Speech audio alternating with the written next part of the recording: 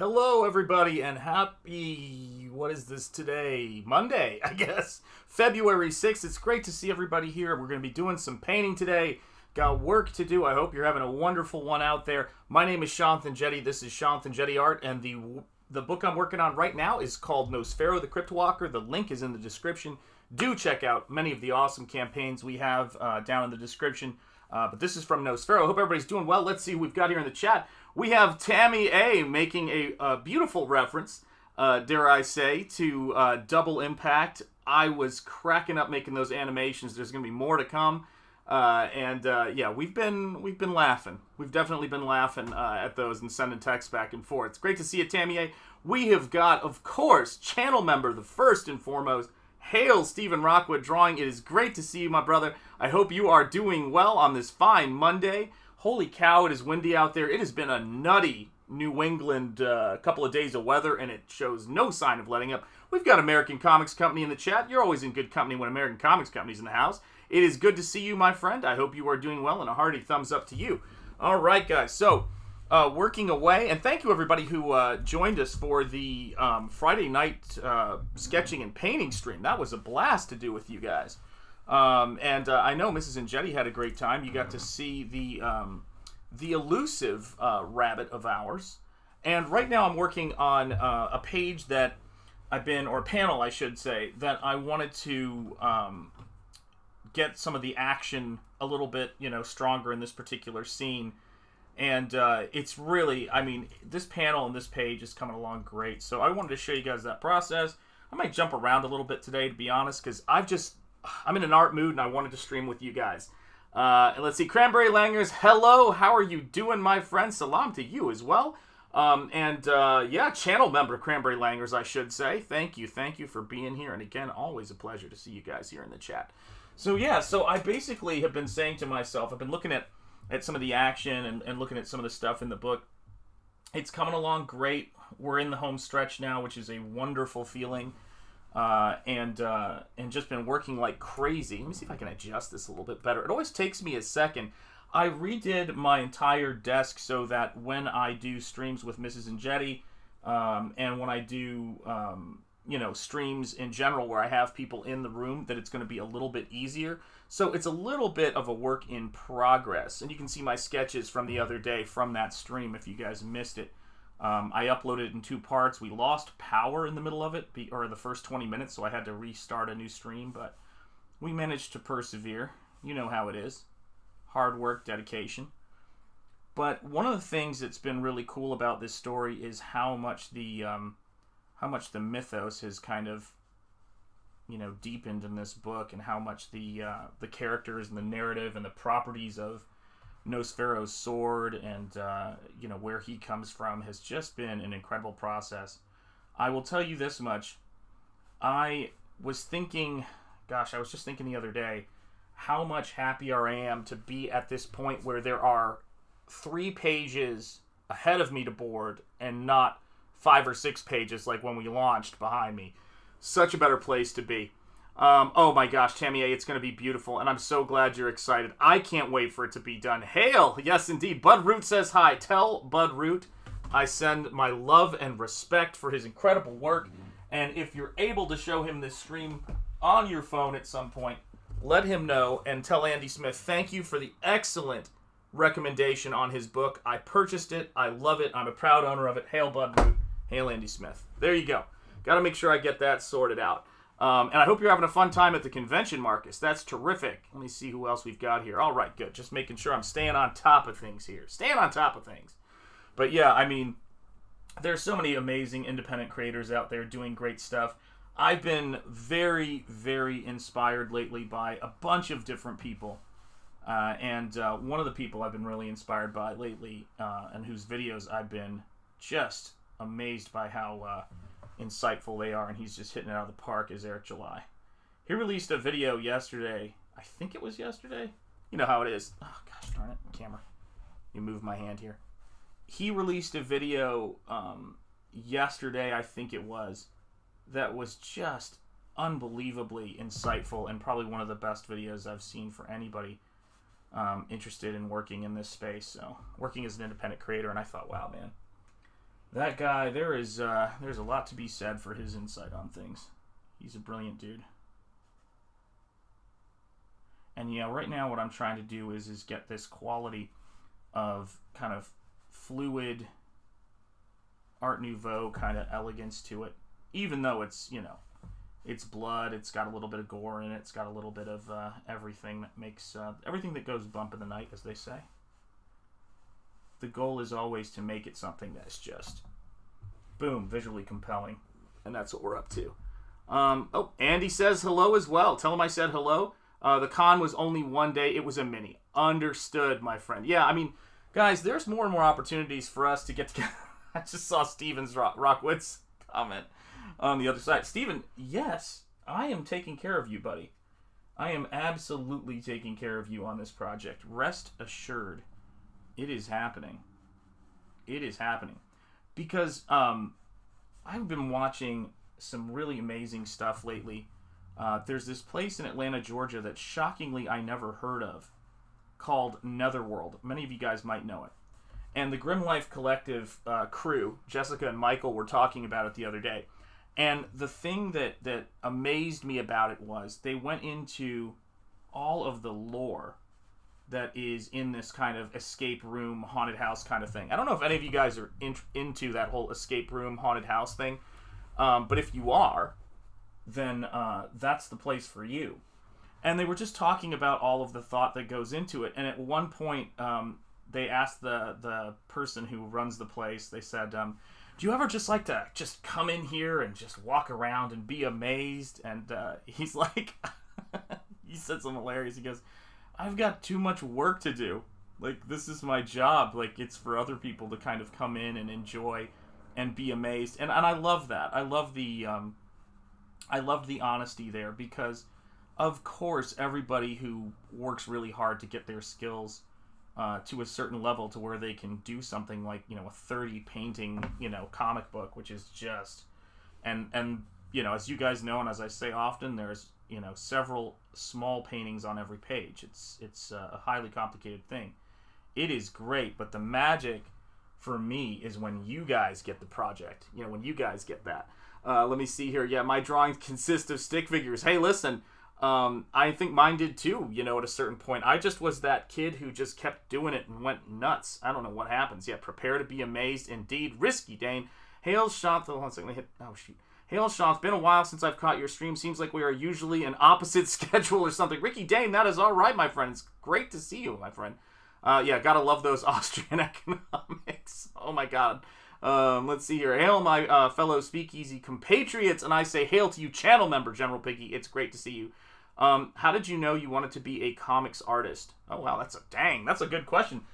I wonder if anybody has ever asked me that on a YouTube show. Wow. That is so wild.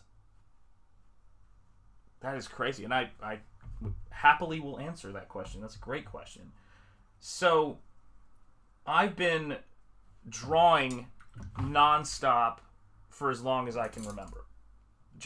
I needed to draw. I've seen people be that way with music. I've seen people be that way with a number of different art forms, but I've always needed to draw. Always. I don't know how to describe it. It's just, I've watched, obviously my kids, and as a teacher, I've seen people be compelled to do different things, but I've just needed to draw. Not so much paint, actually, but just draw. And the thing about it for me is, I didn't know what I was going to do with it. I just couldn't stop drawing. Like, I loved drawing sharks. I loved Jaws. I loved Star Wars. I loved all that stuff. I actually didn't draw a lot of Star Wars when I think about it. I drew a lot of wildlife nature stuff I saw on National Geographic. And shortly after we moved to Tennessee, so I would have been in, gosh, let me think here. I would have been in second grade or something like that, I think. I met a guy named Zachary Hartford Cullis, who was this really cool kid, and we just sort of became fast friends.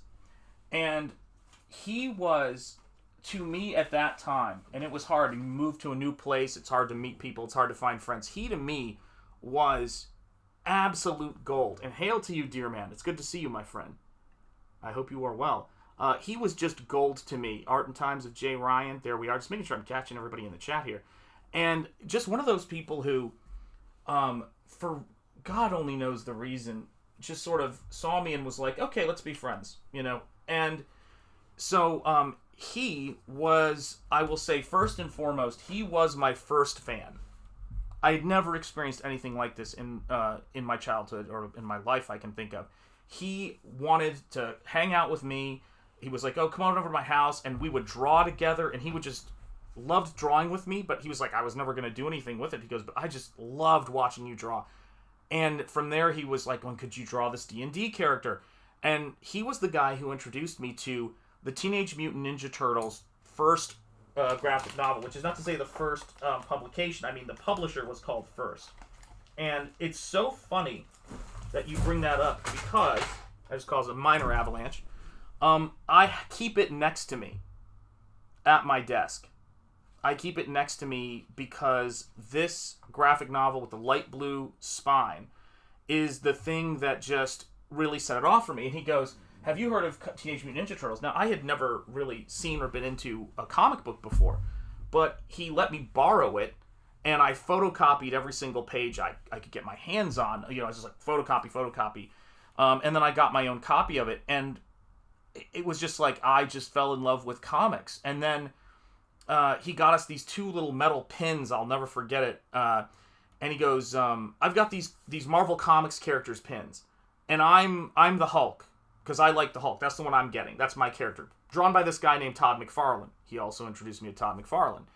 And I said, okay, well, I guess I'll be Punisher. So I started collecting Mike Zeck's Punisher and all that stuff, and as a result of that, I fell in love with comics, and I started drawing them, and it all started right there. And I would say I didn't know I wanted to be a comic book artist until I wanted to be a comic book artist. I started to aspire around like 12 or something like that. But then I met Todd McFarlane, and he was so nice, and he was so kind, and I said, this is where I want to be. This is what I want to be doing. And it's so great, man. I love watching you draw, Dogster. I hear you. Yeah, you should watch Bud Root draw. And by the way, Tommy, great to see you, my friend. Comics for everybody. In frickin' deed. Let's see here. You should watch Bud draw. All that work is penciled with a cheap mechanical pencil. That's right, man. And Micron pens the colors with Copics. Bud is awesome. He is a sight to behold. Yeah, and it's so funny. It was, and I'm so glad. I appreciate that. Yeah, Punisher by Mike Zeck. Punisher Limited Series, painted by, airbrushed by Zimmelman, I think it was, or Zimlin. Forget the name of the guy. Guten Abend, everybody. Hail, chat. Hail, Shanth and vielen Dank, Skunk Artworks. And it's great to see you here, my friend. But yeah, I mean, I was so... I want you to try to imagine, I mean, second grade, I don't know how old you are because in second grade, because I was younger than everybody.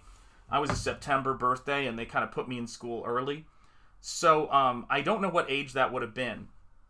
But the first time, imagine being introduced to comics, truly, and the independent scene with Teenage Mutant Ninja Turtles, having never seen a comic before in the early 80s, you know, 1983, 84, I think it would have been, maybe? Or actually, no, that wouldn't have been it. It would have been later, so a lot of these things had come out. My mind was just blown, and I love comics so much. I just do. I wish I knew how to, 6 or 7, that's, gosh, to think of us run around, me and him. Mighty Magic Studios, hail to you. It's great to see you in the chat. Art and Times of Jay Ryan, great to see you, my friend.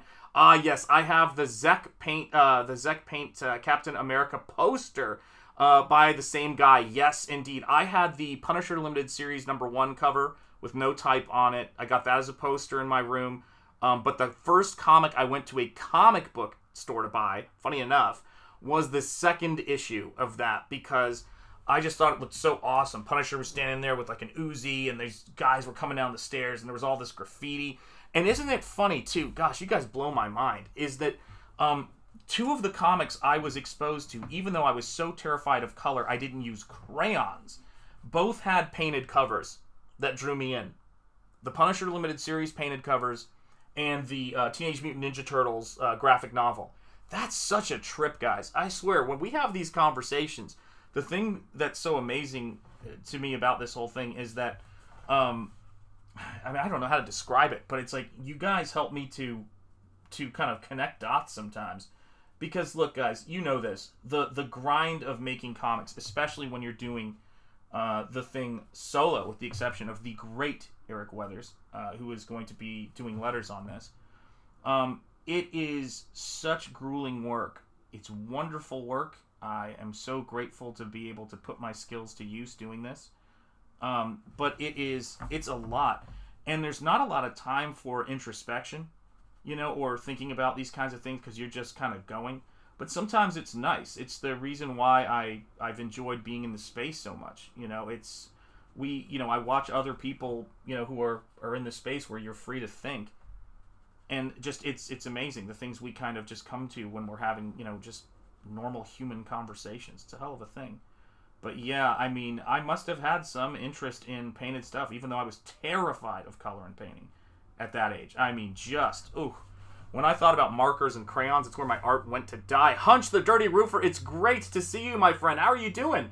My mom took me to took my Punisher comics when I was 11 or 12. She thought they were violent. We're talking the good, mid-90s Punisher 2. Oh, Hunch. Pour one out for Hunch's Punisher comics. Hey, Michael Bancroft, my brother from Australia. It is great to see you. That was the Punisher miniseries that made Punisher a popular character. That's right, Circle of Blood. One of my absolute favorite stories. I was, hey, what's up, Blue Boy? Great to see you, my friend. I hope you're doing well. Hex Allen, comics, artist extraordinaire, amazing, reigning, defending champion when it comes to, the hockey's art contest. I was on that when Hex Allen just wiped the floor up with all of us. It was beautiful. Yeah, absolutely. Totally true. Yeah, absolutely. Yeah, I mean, this is the thing about it, right, guys? And it's channel member Courtney. It's Courtney's Fellowship of Oddballs. Hi, Shanth. Hi, chat. Hi, Courtney. I tip my cap to you, my lady. It is great to see you here in the house.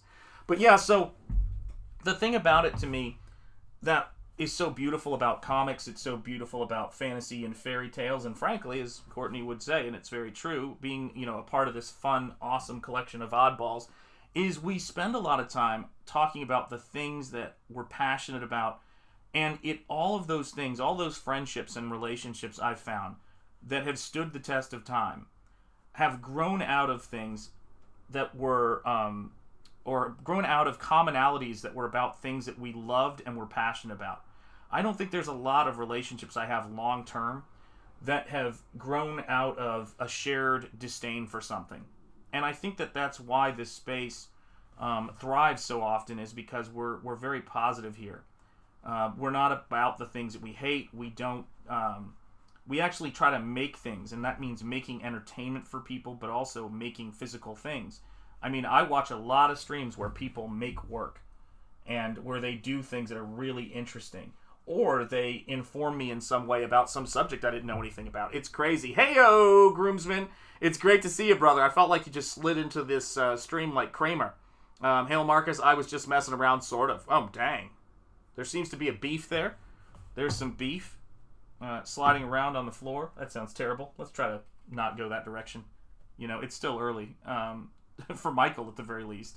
It's like 5 in the morning or 4 in the morning there, for God's sake, I think. My goodness.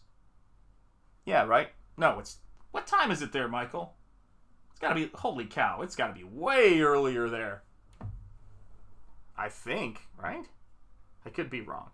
But yes, indeed, yes, Shanth Enjeti is working on a beautifully painted comic book. That I am. Oh, which reminds me. So, I was working on this panel. And one of the things that amazes you when you're painting and you're studying anatomy is that this is a really great moment where, spoiler alert, I guess. Although, spoiler alert. Where she's getting the book. And the snake is trying to get the book to her right here. And she is kind of, lowering herself down to reach for it. And one of the things that sort of will come up in anatomy sometimes that I'm still kind of amazed by is the fact that, you will see, you'll see things that just don't make any sense. And people who swim know what I'm talking about. Where when you're leaning forward but you're bending your knees, you're practically sitting in midair. It looks like that because so much of your weight is forward. And that's the kind of thing that, you try to capture to make people believe what they're seeing. Make sure that people believe the images that they're seeing. And I was looking at that, and at first it just looked so wrong. When I sketched it in, I was like, that doesn't look right. It's like sometimes how things actually are looks very strange. So you have to kind of just, commit to the bit, so to speak, or commit to, just trusting in what things actually are and what they look like. I mean, there's a fair amount of style. 6:10 a.m. here. I've been up for over an hour. I figured you have been, without a doubt, because you're probably up all night. Yes, indeed. Everybody's saying hello, hello. It's 2 a.m. for him. Oh my gosh, that is a lot. Yeah. Oh my God. Yeah. I mean, Michael burns the midnight oil.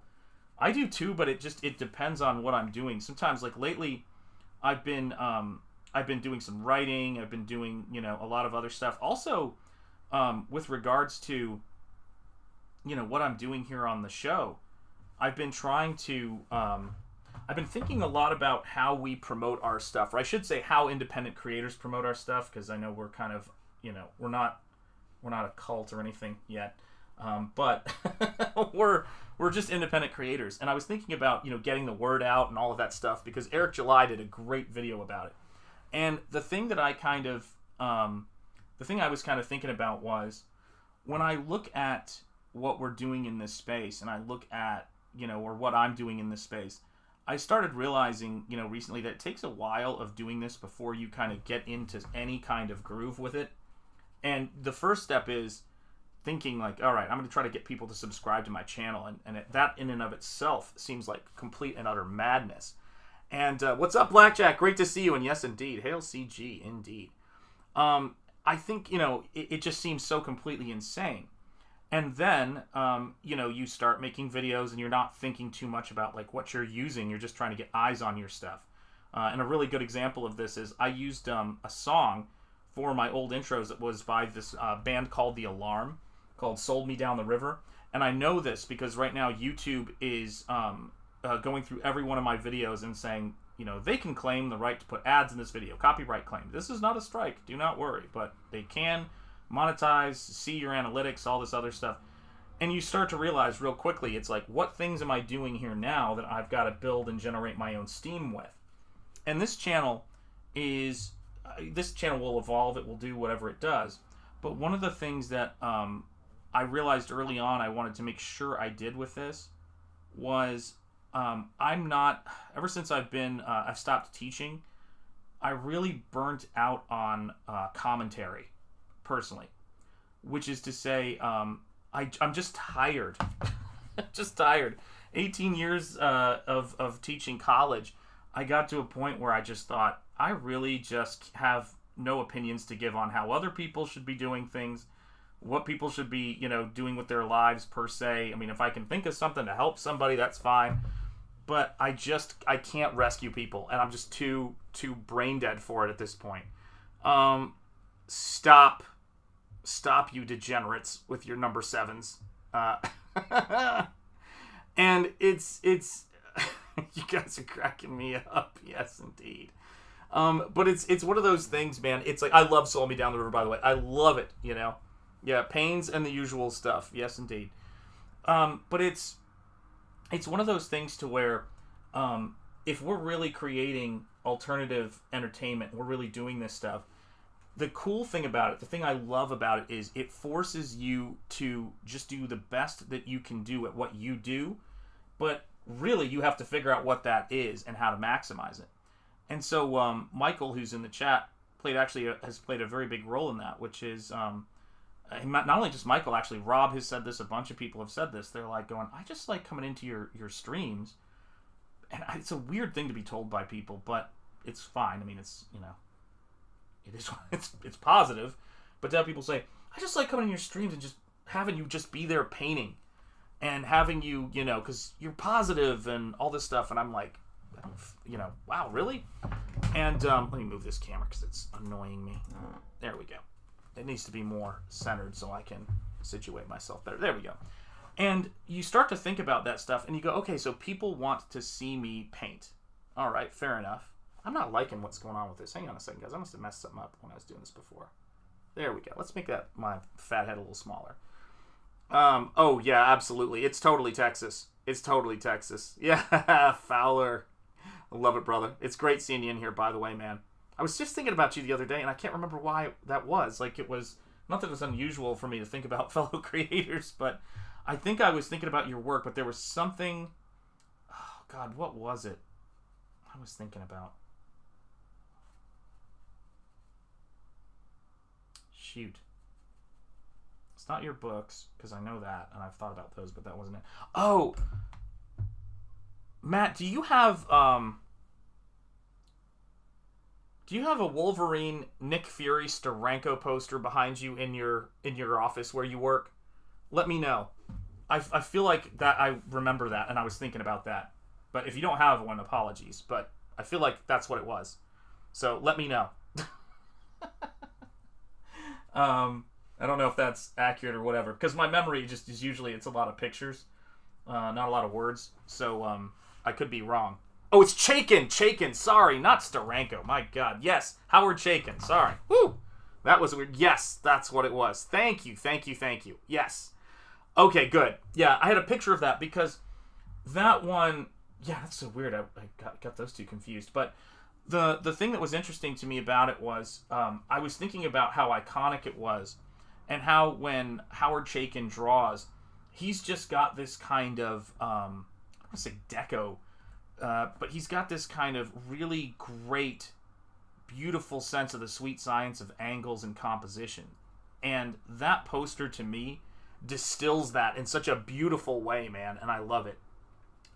Blackjack, your stream is definitely the positive stream. It's great in the mornings when I'm half asleep, sitting at my computer working. It's a great start of the day. Oh, I'm so glad to hear that. And hail, Hyper Wizard. It's great to see you in the chat, and I hope you're having a great one. Yeah, I mean, I look at that sort of stuff, and the thing that inspires me about just the great artwork and the great technique in it. And when I saw that when I was younger, I remember when I think I saw it in a Walden Books at Northgate Mall, if I'm not mistaken, but I could be wrong on that. And I just, again, guys, I was not a painter at the start. I was terrified of paint and things like that. I just didn't understand how it worked. And painting is like swimming. I think that's why Bob Ross is so successful at it. If you have a bad painting experience early on, it's worse than if you have no experience with it. And I was in art classes where they would give us paints, and I was trying to do things that were very complicated, and they wanted us to kind of just smear things around, and it never worked, you know? Absolutely right. Painting and positivity. That's what it's about, man. Absolutely right. That's what it's about. And the wheel, Michael. That's right. Yeah, you know, I was thinking about, let me see. Okay, I just realized I'm way behind, but 18 years of teaching, anything will burn you out. Yes, it's very true, and I think it does. Oh, sorry, hang on a second. I have a, is it Sienkiewicz? Is that how you pronounce it? I know that Shane has explained it a bunch of times. Green Arrow, Batman, and Question up next to it, though. Oh, that's awesome. Dude, yeah, that's some beautiful stuff. Pain sensitivity. Great opening show. Jericho Green. Oh, yeah. Absolutely, man. I love doing it. Jericho is a blast. We were laughing so hard. Yeah, so not shading. Yeah, I'll leave that to other people. For real, though, now I've canceled it, Fowler. There you go. Oh, my God. But it's one of those things that, you know, you have a bad experience with painting and you have a bad experience with art, and people get really thrown by it. And so I was very thrown by painting and art. It just didn't make sense to me how there were always those kids in class who clearly knew what they were doing, and I was not one of those. And so I just didn't get it. And then, I mean, even in college, for God's sake, I didn't get it. And then my mentor, Brian, showed me some basic ways to think about color. I took a class, interestingly enough, in acrylic painting by somebody who really isn't a good painter, which is kind of interesting. But she's great at teaching it, and she just broke it down to like simple complementary colors and value. And I think starting simply is probably the best way to approach it, because you can always build out and get more complicated, but if that foundation isn't there, it's intimidating. And I wanted to do stuff like a comic I saw. There's been a couple of comics I've seen that have been life-changing for me.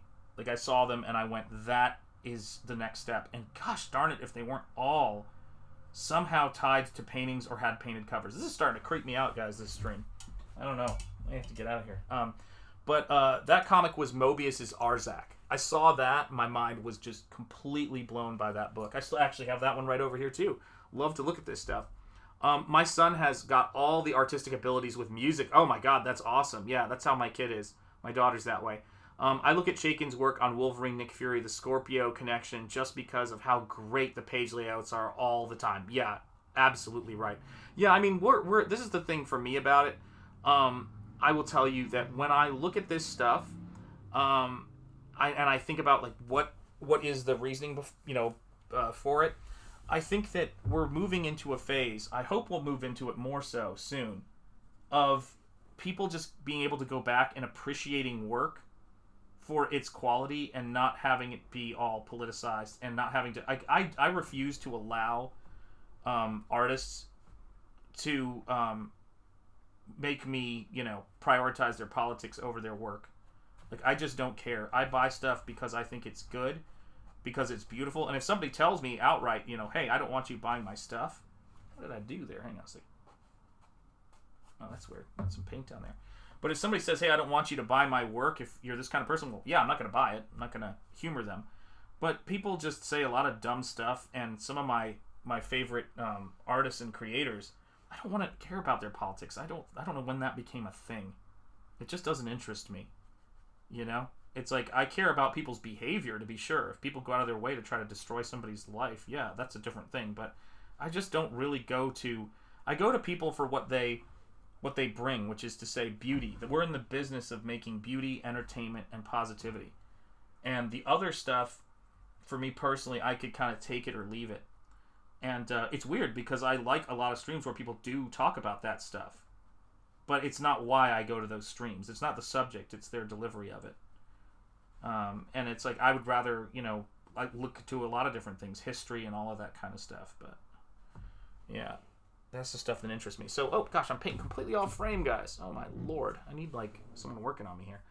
Hi Tammy, I only got the music part for my sisters. There you go. Hi Courtney, saying hello. It's great to see all of you guys, man. Yeah, I mean, it's like, I look at this stuff, yeah, Todd McFarlane, starting Image Comics art, some heavy metal work, European comics, Norman Rockwell. Yeah, I mean, guys, I love everything, man. I love all that stuff. We got 24 people in here. My goodness, guys. Thanks for being here. Make sure you hit like and you're subscribed if you have not subscribed to this channel yet. I do appreciate you guys being here. So, let's talk about this a little bit, because this is something I thought was kind of cool. And hopeful, and, I'm one to say, I won't, it's not about commentary, but then I'll go right into it in one sense. I was absolutely blown away by a recent stream or a recent video Eric July posted about, being in this space and creating things and all of the insight he had about that. And one of the things he talked about was the importance of your core customer base, the people who back and support your work, who are like, I like this person, I know this person, I like the work that they do, it's fun, they inspire me, and I want to be there. And that is everything. And to me, that's always seemed very, that's seems somewhat obvious, but man, is it helpful to have someone continually remind you of that. Because ultimately, the things that I'm doing whenever I'm painting this stuff is, it's in a genre, it has, the audience, as big of an audience as I can make for it, but at the same time, I can't imagine having a significant audience and not having, the confidence to do what you're there to do, because they're giving you that opportunity to do it.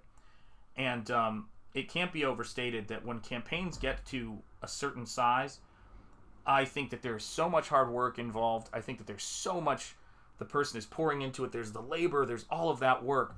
But in addition to that, there is this incredible amount of skill. And I spend a lot of time, working really hard to make the best thumbnails I can make, the best, video stuff I can make for this channel. But I also spend a lot of time looking at people who are doing it better and doing great stuff, because I want to bring the best version of this show I can bring to you. Which is why, going back to the painting emphasis on these streams, why, what's the word I'm looking for?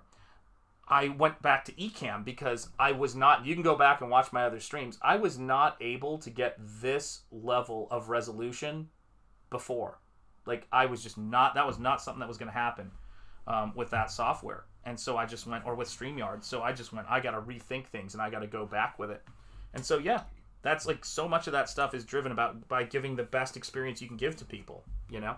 I want to shout out to my daughter, by the way, who got me this shirt for Christmas. So shout out to her. I love it. It's a great shirt, baby. All right, let me see. Agreed, Michael. I think if you restrict all of your entertainment to only those who agree with you politically, you're going to have very little enjoyment. You're going to have very little enjoyment there. Well, I disagree with you, so I can't support your work anymore, Michael. I'm sorry. That's just how I feel about it. You know? Michael, let me tell you this, man. Fortunately, yes, I agree 100%. There's a beautiful time where, metric tons of great art prior to now. Good choice. I just noticed that. The pillar appeared. Yes, there you go. Oh, thanks, man. I appreciate that. You guys are awesome.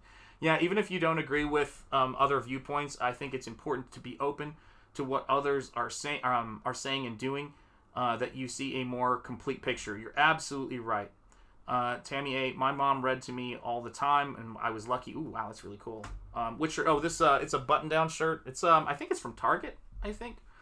I wear a lot of their Goodfellows stuff, like a lot of their dad clothes, their dad chic clothes. Riverside FM software is supposed to be hot stuff. Well, there you have it. So, but yeah, I mean, it's sort of like, how do I word it? What were the good point you guys just had right there that I thought was quite brilliant? Hold on a second here. If your viewpoints, yes. Yes, absolutely. Okay, yeah. I like listening to, how do I put this? I enjoy different viewpoints, but I only enjoy one, it's got a big range, consistent kind of behavior, which is how people treat other people. You know what I mean? If people are honest, you know, like when I think about entertainment, let's take Tom Cruise, for example. Tom Cruise had one of the biggest, highest profiting movies last year or this year. I don't know how they're going to count that out. And I don't have the same beliefs that he has, but when it comes to doing his work and making his movies, he gets the job done. That's it. Period. And that's why people like him. And I watched this incredible stunt that's one of my new mantras where he, for the new Mission Impossible movie, they documented the hell out of it, where he did take after take of jumping a motorcycle off a cliff into a base jump. And he did it himself. It was insane stuff. And before they get ready to do it, they have this thing they say to each other, which I love. He looks over at the other stunt guy who's going to be jumping out of an airplane with him, and he goes, "Don't be careful, be competent." And I went, that's it. When we're in this independent space, when I'm working on Nosfero, I wake up every morning and I say, don't try to be careful, try to be competent. That's it. Try to put down your best work, because there's so many variables in paint on board, doing this stuff by hand. It is, if you start thinking about it too much, you won't do it.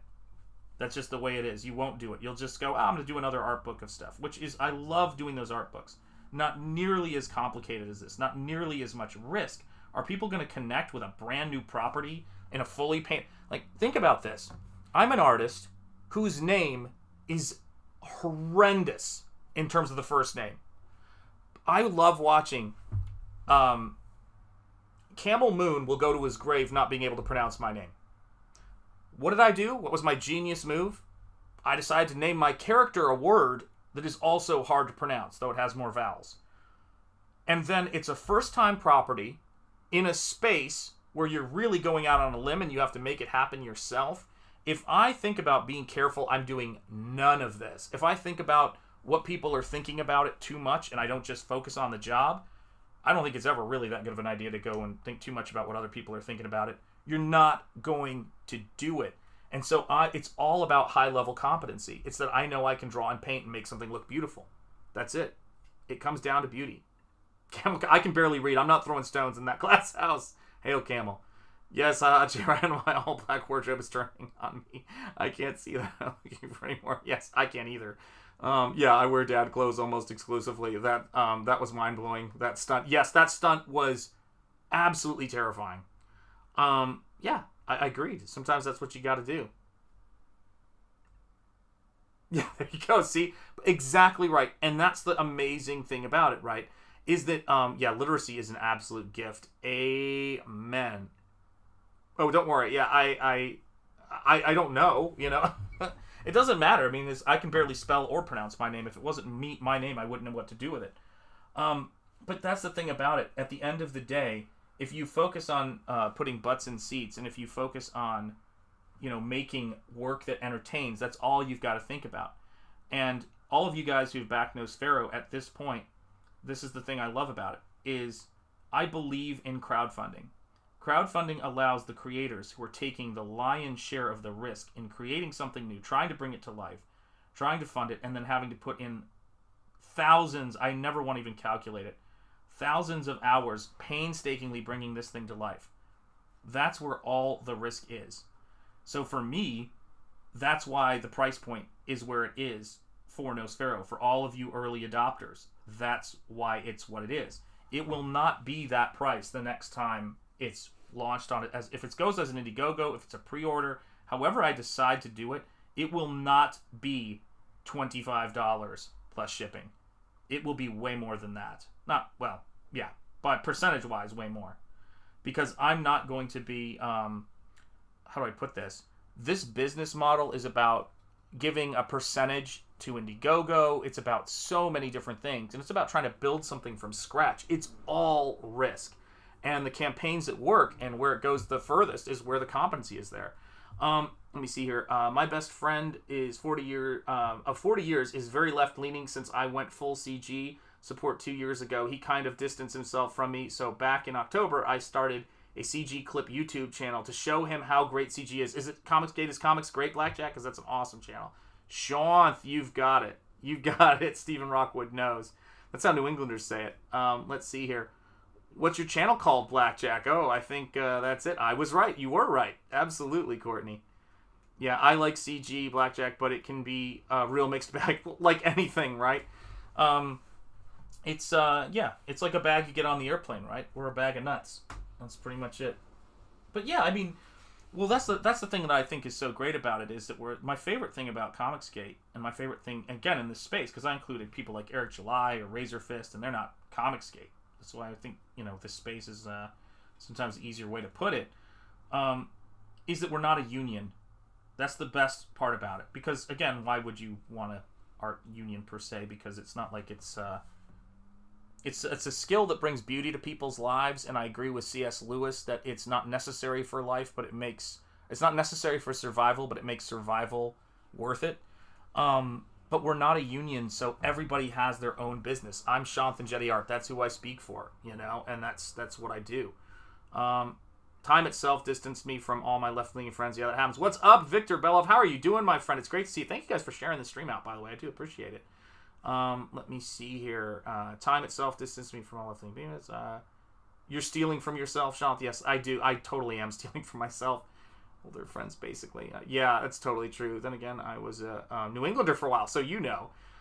Nope, I discovered Comicsgate is Comics Great after I created mine. Mine is Comicsgate Strong. Very cool. All right, so shout out to your channel, man. People go check it out and subscribe if you have not yet. I think that, yeah, I just think that, you know, what the fact that I have the ability to get a book done and produced and fund the making of the book, or I should say the making of Shanth Enjeti Art, so to speak, is an incredible... There it is. I was looking for the wrong the paint in the wrong place. Is a miracle, and it's an amazing thing. And I want everybody to realize that while this is a great opportunity, it's filled with risk. It's filled with risk. The least risky part of this is the backing of the books, in a sense, but that's comparatively. You know, it's not to say that it's risk free, but it's certainly not getting involved in FTX, I think, is a good way of putting it. But you know, when you've got creators who are stepping into the space and trying to build something from scratch, man, that is crazy. Is it opening a restaurant difficult and crazy? No, that's for sure. That's, to me, one of the businesses. I don't know if any of you guys know anybody or have ever owned your own restaurant, but holy cow. You want to talk about people with balls of steel. That's intense. Nice, just subbed. Thanks, Michael. Excellent. If anybody wants to drop the link in the chat, that would be great. Well, New Englanders say Sox. Yeah, big fan of the Red Sox. I also am a fan of the Paw Socks because I'm from Providence. Yes, indeed. Yeah, subscribe to Michael's channel. Indeed. Indeed, indeed.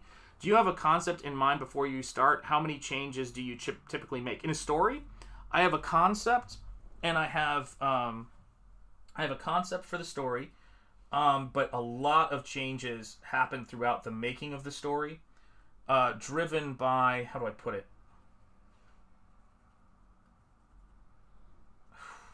Gosh, you're asking the good questions today, Tammy.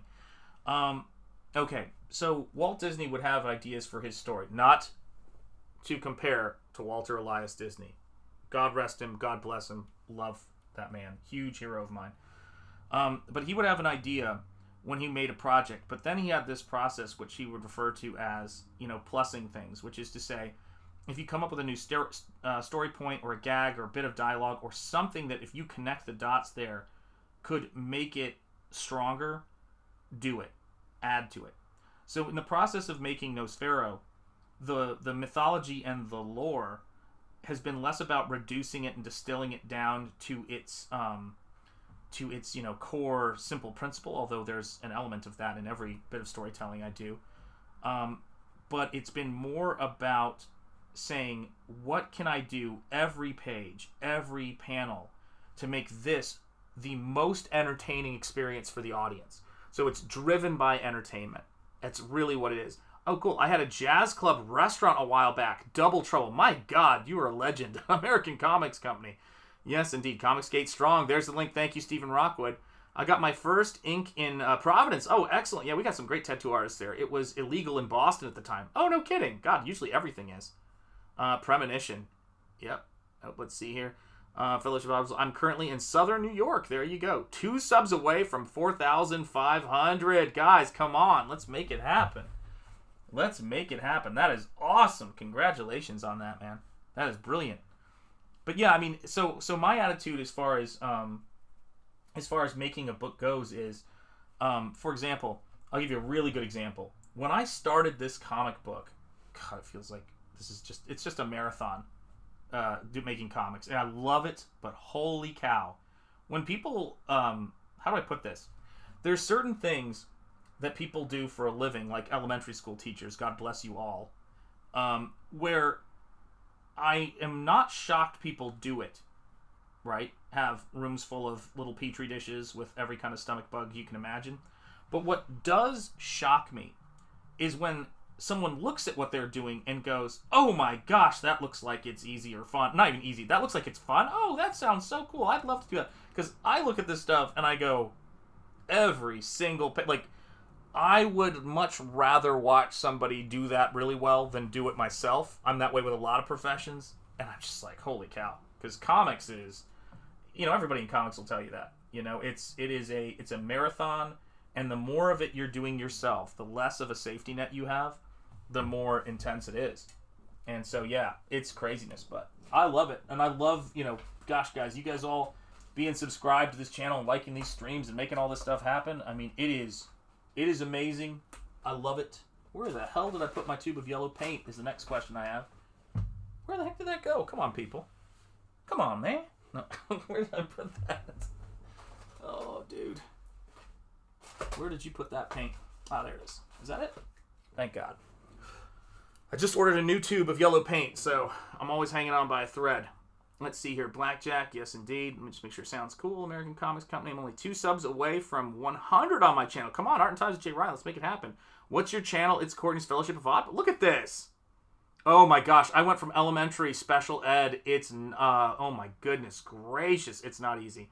Shanth, are you going to Tampa Bay Comic-Con?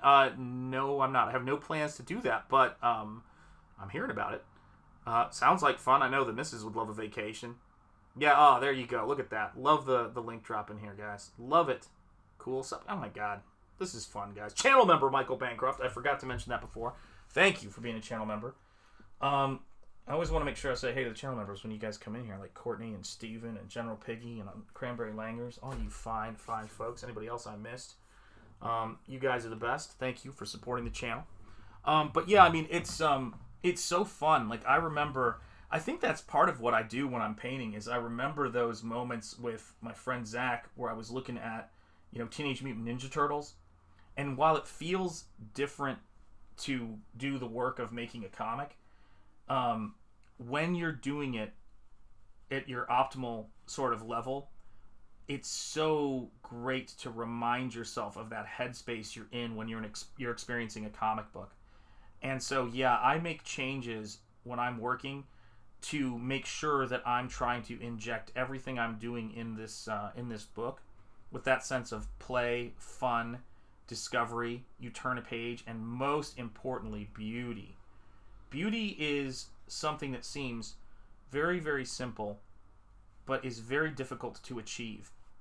And it's why I think that that so many artists struggle with making things that are actually beautiful, because real beauty is not an absence of imperfection, it's a harmony of imperfections.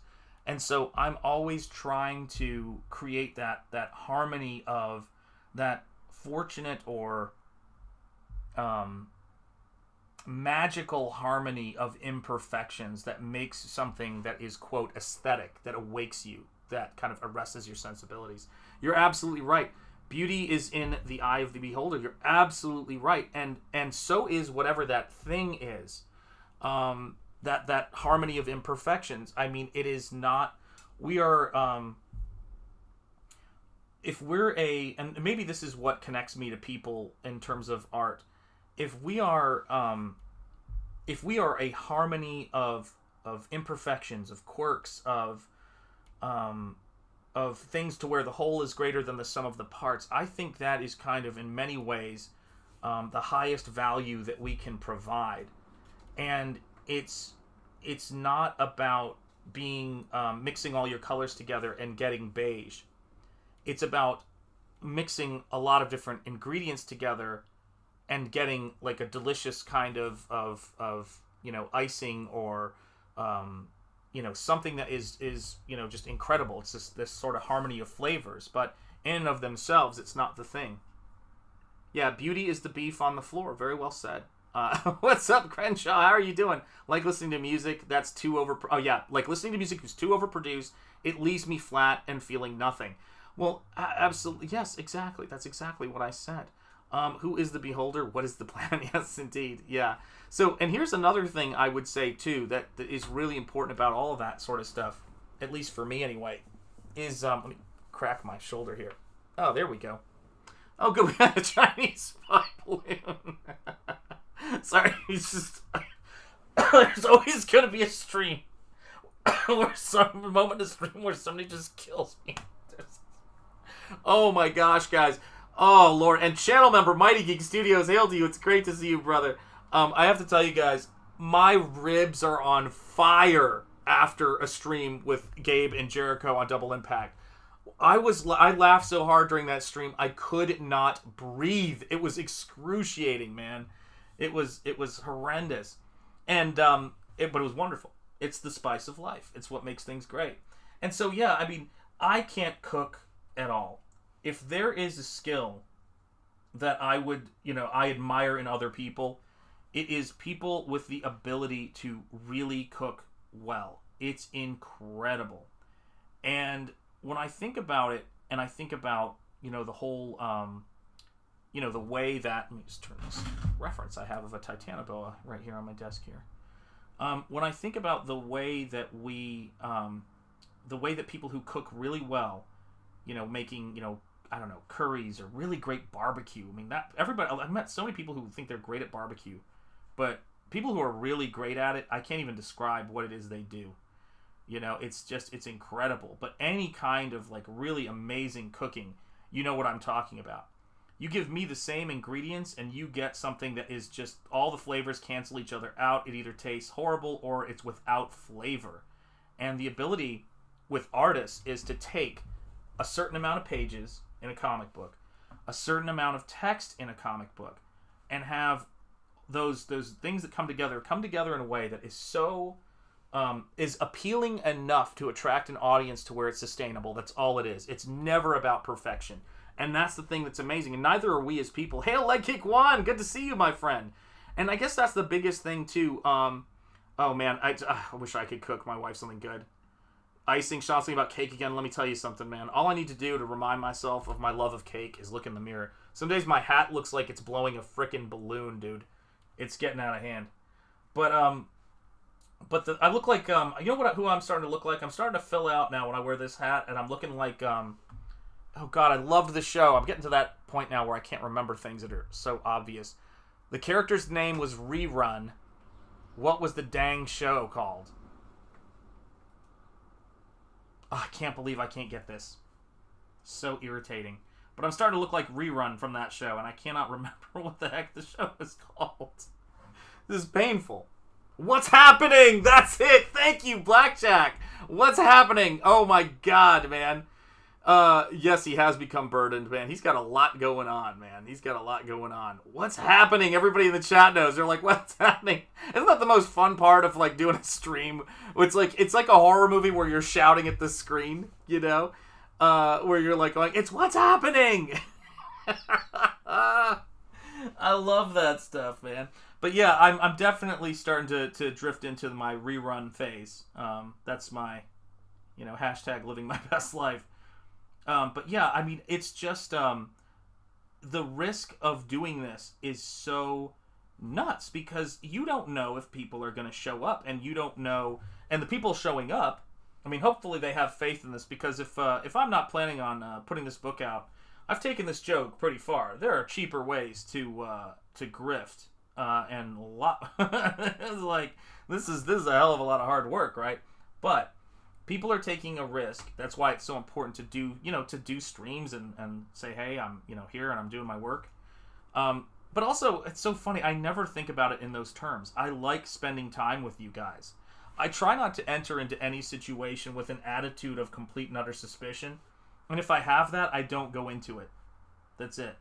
I tend to go into something thinking about the fact that I try to make the best decisions I can. And I try to, become the best, judge of what I want to spend my time and money on. And I never feel like it's a waste of money when it's with good people. And I'm spending my time here with you guys because I think it's just a blast. We have so much fun talking about this process. You're fortunate if you can find a handful of people in your life who understand and share a passion for, the things that you love, whether it's books or at the very least are excited about the fact that you have these various passions. And that's what I love about being in this space is that you're spoiled for choice in here, Oh, cool. Going on diets. Dropped very well. Michael Bancroft dropped 5 pounds in the last 6 days. Now I've got the What's Happening themes. I do too. Oh my gosh. I'm about to lose 265 pounds. Oh, what happened? Someone leaving? Time to go to Graham Nolan's fitness camp. Guys, I actually did something that's been really difficult. Be right back. All right, Courtney. We'll see you in a sec. That's been really difficult. I actually quit drinking soda, and it's just the withdrawal was horrible. I've quit soda a bunch of times before, so I guess you could say I haven't quit. I've paused maybe, but it's just, guys, I might as well be drinking beer or something if I'm gonna do that. Like it's just puts on so much weight, man. And I let me tell you this, guys. Let me be real about this. I freaking love soda. I love it. It is one of my favorite things in the world, and it is no fun to stop. But, there's only so much you can expect a wife to tolerate, I think. I mean, God bless her. She's, in for a penny, in for a couple of pounds, but my God. Yeah, you have to do a step down. You're not even kidding. I did. I was like, okay, I'd drink some cranberry juice. I drank 3 cans of Monster a day. Try and stop me. Well, no one's going to stop you when you drink 3 Monster energy drinks. You could pull their arms off. Yep, someone's leaving. There you go. I have a different type of work than before and other stuff, so catching your streams is rare. Understood, Cranberry Langers, and we're glad you're here. You have to cut it with water to the point that it's tolerable. Yeah, I know. Well, I went through that funny phase of phase you go through right of headaches, and I was like, oh, this is not fun at all. At all. But I'm not giving anybody dieting advice, so don't worry. I'd be the last person you need to go to for that kind of advice. Lord. Yeah, I think that's another aspect of it too, right? Is that everybody's got their their expertise and their things that they do well, and there's people have got a lot of different things and a lot of different options, and I think when it comes to work for me, and when it comes to what I want to dedicate my time to, I think it's just being around, and being as positive as I can be, because I think there's just enough negativity in the world. I was watching Bob Ross this past week, and he was, people oversimplify that guy. He's hilarious, and he's great at what he does. You want to talk about talking and painting at the same time. But the other thing that was interesting to me is he seems to understand more than anybody how, don't waste time not bringing things that are beautiful, positive, and enthusiastic into your life. And look at things in a fashion and people for, the things that they have that they can offer. And if you see something and you don't think it has anything to offer for you, then don't spend your time with it. But there's so much stuff out there. Don't stop your search on things that you're not into. Keep going till you find the stuff that you are into, that you're passionate about, because that's where your gold is. That's where things are going to be the greatest and have fun, doing. Tons of people on that diet. Which one are you talking about? Processed sugar isn't bad for you, says the FDA. Well, Lord knows. I support them in that, but it's not true. I eat one meal a day. My God, actually, I haven't eaten today. Yeah, once you drop a lot of that stuff and start feeling great, you did never realize you could feel better until you do. Yeah, you're probably right. Always alternate water and soda. Amen. Yeah, I've never mastered that. I stopped drinking soda for almost 3 years, and then that evil corporation was Dr. Pepper. No. Yeah, Dr. Pepper is like one of the biggest addictions in the South, man. It absolutely is. People, I don't think Dr. Pepper is that big up here in the Northeast. It's huge in the South. My God, people love their Dr. Pepper. Do not get between somebody and their Dr. Pepper down in Tennessee, let me tell you that, or Texas for that matter. Do not. Do so at your own risk. Here we go. The great thing about this too is going to be, you can drop that orange in there to make the contrast happen a little bit more. The biggest thing about all this stuff when I'm painting is that tons of people per person. Yeah, Blackjack, yeah, soft drinks are tough to kick for me. There's just no such thing as a cheat day. Can't do it. Yep, that's me too. I cannot do a cheat day. Most of my returns to soda have started with somebody saying, oh, you can have one. Yeah. Soda and me don't work that way. I can't have an occasional soda. And it's, by the way, always done with the best of intentions. It's like people are trying to stop me. I have to take some responsibility and have some self-control, right? Shocker, right? Personal responsibility. It's what's for dinner. But yeah, it's something, that's for sure. So right now I'm going to be putting some orange contrast into the snake, but one of the things I'm realizing is that's going to give me some trouble is that I've got to make sure that the contrast or the color pop is not the same everywhere. So you'll see me do, it's no different than what people do in digital, but it's just, it's just done physically. It's just done, here, out in this world. And that is, I'm going to go and mix in sort of like a muddier blue right there. And I'm just going to wash that over that orange so that if the orange starts to make itself known down as we get lower in this direction, totally fine. Not going to be a problem. But it won't be able to assert itself in this space where the snake is. Because if it does, it's going to move your eye to where I don't want it to go. And I want your eye to be able to get to both Nosfero and the snake character. So I'm just going to wash those guys back just a little bit right there. And then I might even grab just a little bit of a lighter color that's kind of muddy, just to sort of make sure that the value doesn't get completely too dark down in there. Even if it's not orange, I want it to be something that's not so completely contrasty all the way down.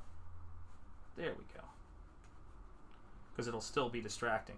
And you can see just right there how we just moved that staircase back and pushed your eye up to where the snake is. I can't eat pork anymore. Want some bacon? I know, I'm with you. Some places used to call, Dr. Pepper, Mr. Pibb. I remember that as well, man. Yeah. Well, I came when I was up in Michigan. The biggest thing I ran into was oh, thank you so much, Courtney. I appreciate it. Yeah, it's all those little tricks. I lost 115 pounds 4 years ago. That was the best shape of my life. Unfortunately, I had to have surgery last July. Oh my gosh. Well, I hope you're feeling better. Couldn't do much after that for 3 months. Hardest part is getting back in the routine again. I can imagine. Yeah. Fellowship of Eyeballs. My mom likes Fresca. There you go. Yeah. Do we have any holdouts? Anybody drinking Tab still? Anybody still drinking Tab? Fighting the man? Hashtag living their best life with their Tab. That's how you got to do it sometimes. Got to go back. Go on eBay and get some old cans of Tab. Gosh, I used to drink, when I was in college, I remember it was a big thing. I know it's probably still out there. Jolt soda. Whew. Those were the days. I don't know if the groomsman is still in here, but I bet he remembers those days. Peeling me off the ceiling, man. It's like working all night and drinking Jolt soda. Don't do it, kids. It's like, stay away. Stay away from all this bad stuff if you can. Find a hobby. Which, unfortunately, my hobby was sitting at a desk all day and painting and having Jolt soda. So, there you have it, guys. Oh my god. Yeah, no, not that combination. Yeah, that'll kill you. Yeah, I've seen things. I haven't had Tab in years. Yes, and the RC Cola. I used to drink that in Michigan when I was coming up. My mom drank Tab too. Do they still make Tab? Inquiring minds want to know. Indeed. Yeah, I said cheat days are for your friend. Oh, your friend. Yeah, that's right. Cheat God, you're killing me, guys. Jolt was crazy. Thank you, Matthew Fowler. You know, Surge. I remember Surge too. Yes, indeed. Yeah, the brand of Safeway Coke. Yes, indeed. In high school, I drank that. Yep. Go to Cola and RC's pretty good. Yes. Yes, indeed. I went wild with Jolt. It was a mainstay when I was snowboarding when I was in my teens. Yeesh. Yeah, that's a lot. Every geek I know kept a case of Jolt. Yeah, that's how you got to do it, guys. I remember Jolt. Jolt, never forget. This is turning a little too intense. But yeah, Jolt was what it advertised. It was pretty serious, you know, pretty serious stuff. It's like being fired out of a cannon that is firing a cannon that you're in and then firing it. It's one of those things.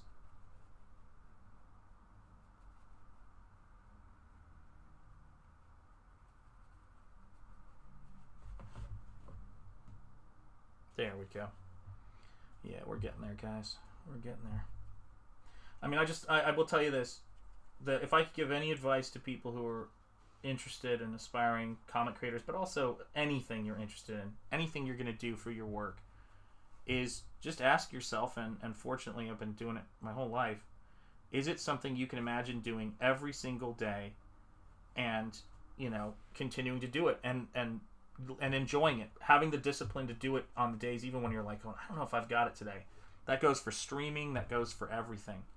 And I think that that's one of the things I was thinking about so much is someone asked me on the Double Impact stream why I got into teaching, and they also asked me why did I leave teaching. And I don't know if I had the best answer for why I left teaching.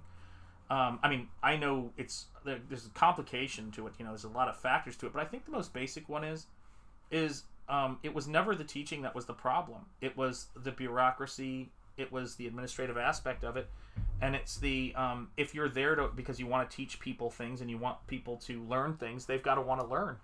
And when people stop going to college or stop going to school to learn, and they go there to, you know, try to, I don't know what, make some kind of a statement, it's not fun anymore, because I didn't get into the profession to make a statement, you know, or to help people make statements. I got into the profession to help people gain skills that they could earn a living on. Because it's like, you know, you have the ability to make a statement, but what are you saying? What do you know? What are you able to do? And I think that that's the big question a lot of times, that that's where my fulfillment for what I do comes from, is knowing why. They say, what's that famous quote? A why can sustain, or can, you know, whatever, help you find a how.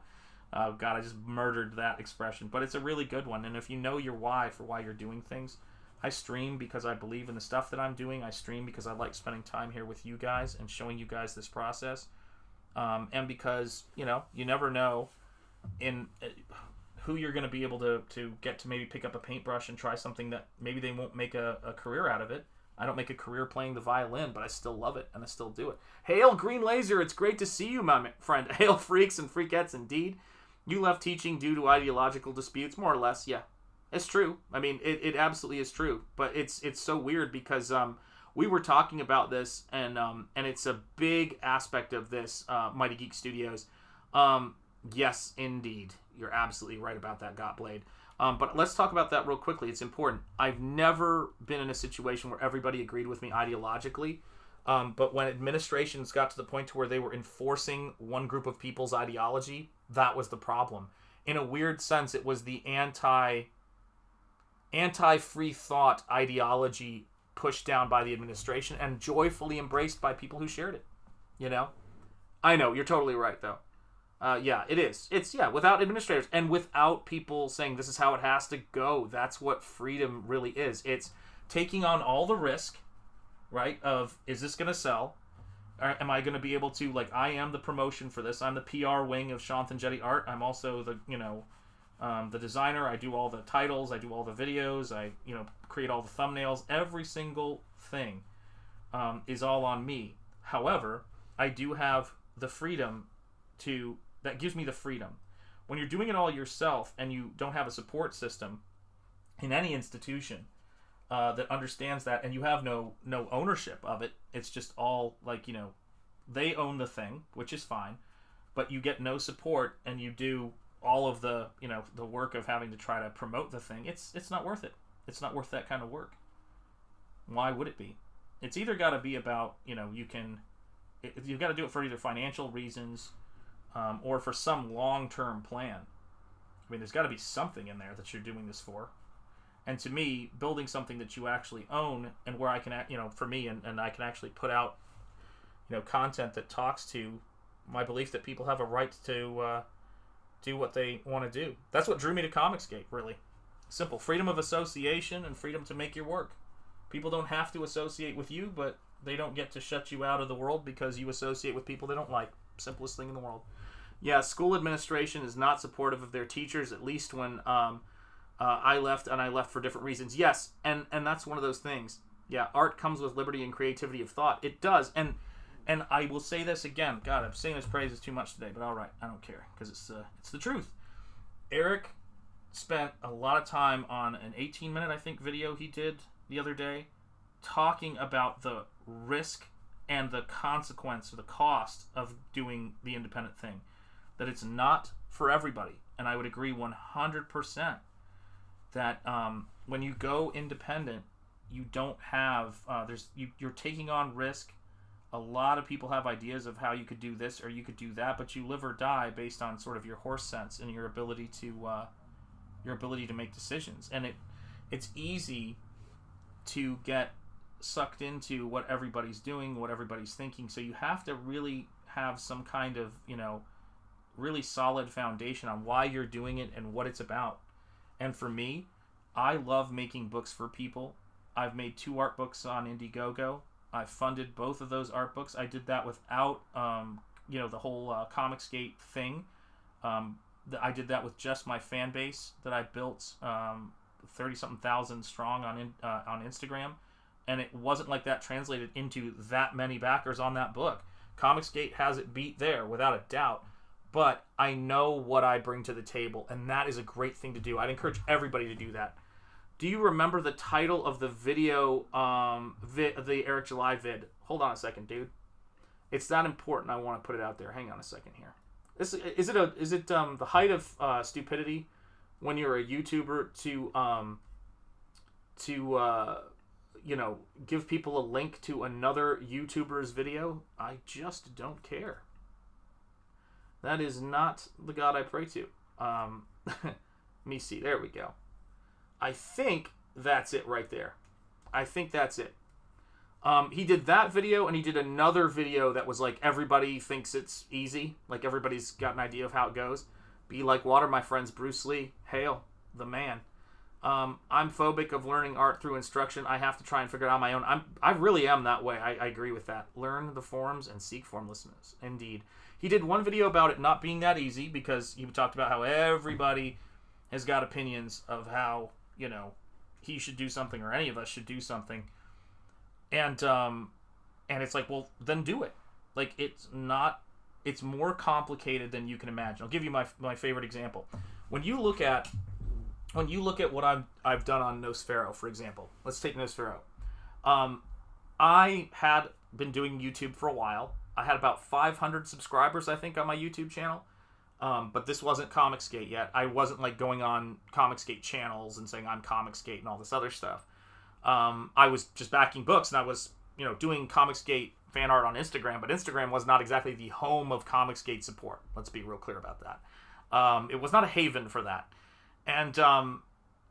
So I was, not like hiding or anything like that, but I did my art books on Indiegogo, and my art books were just sold purely on my skill and what I did there, and I funded 2 projects, and I just started building.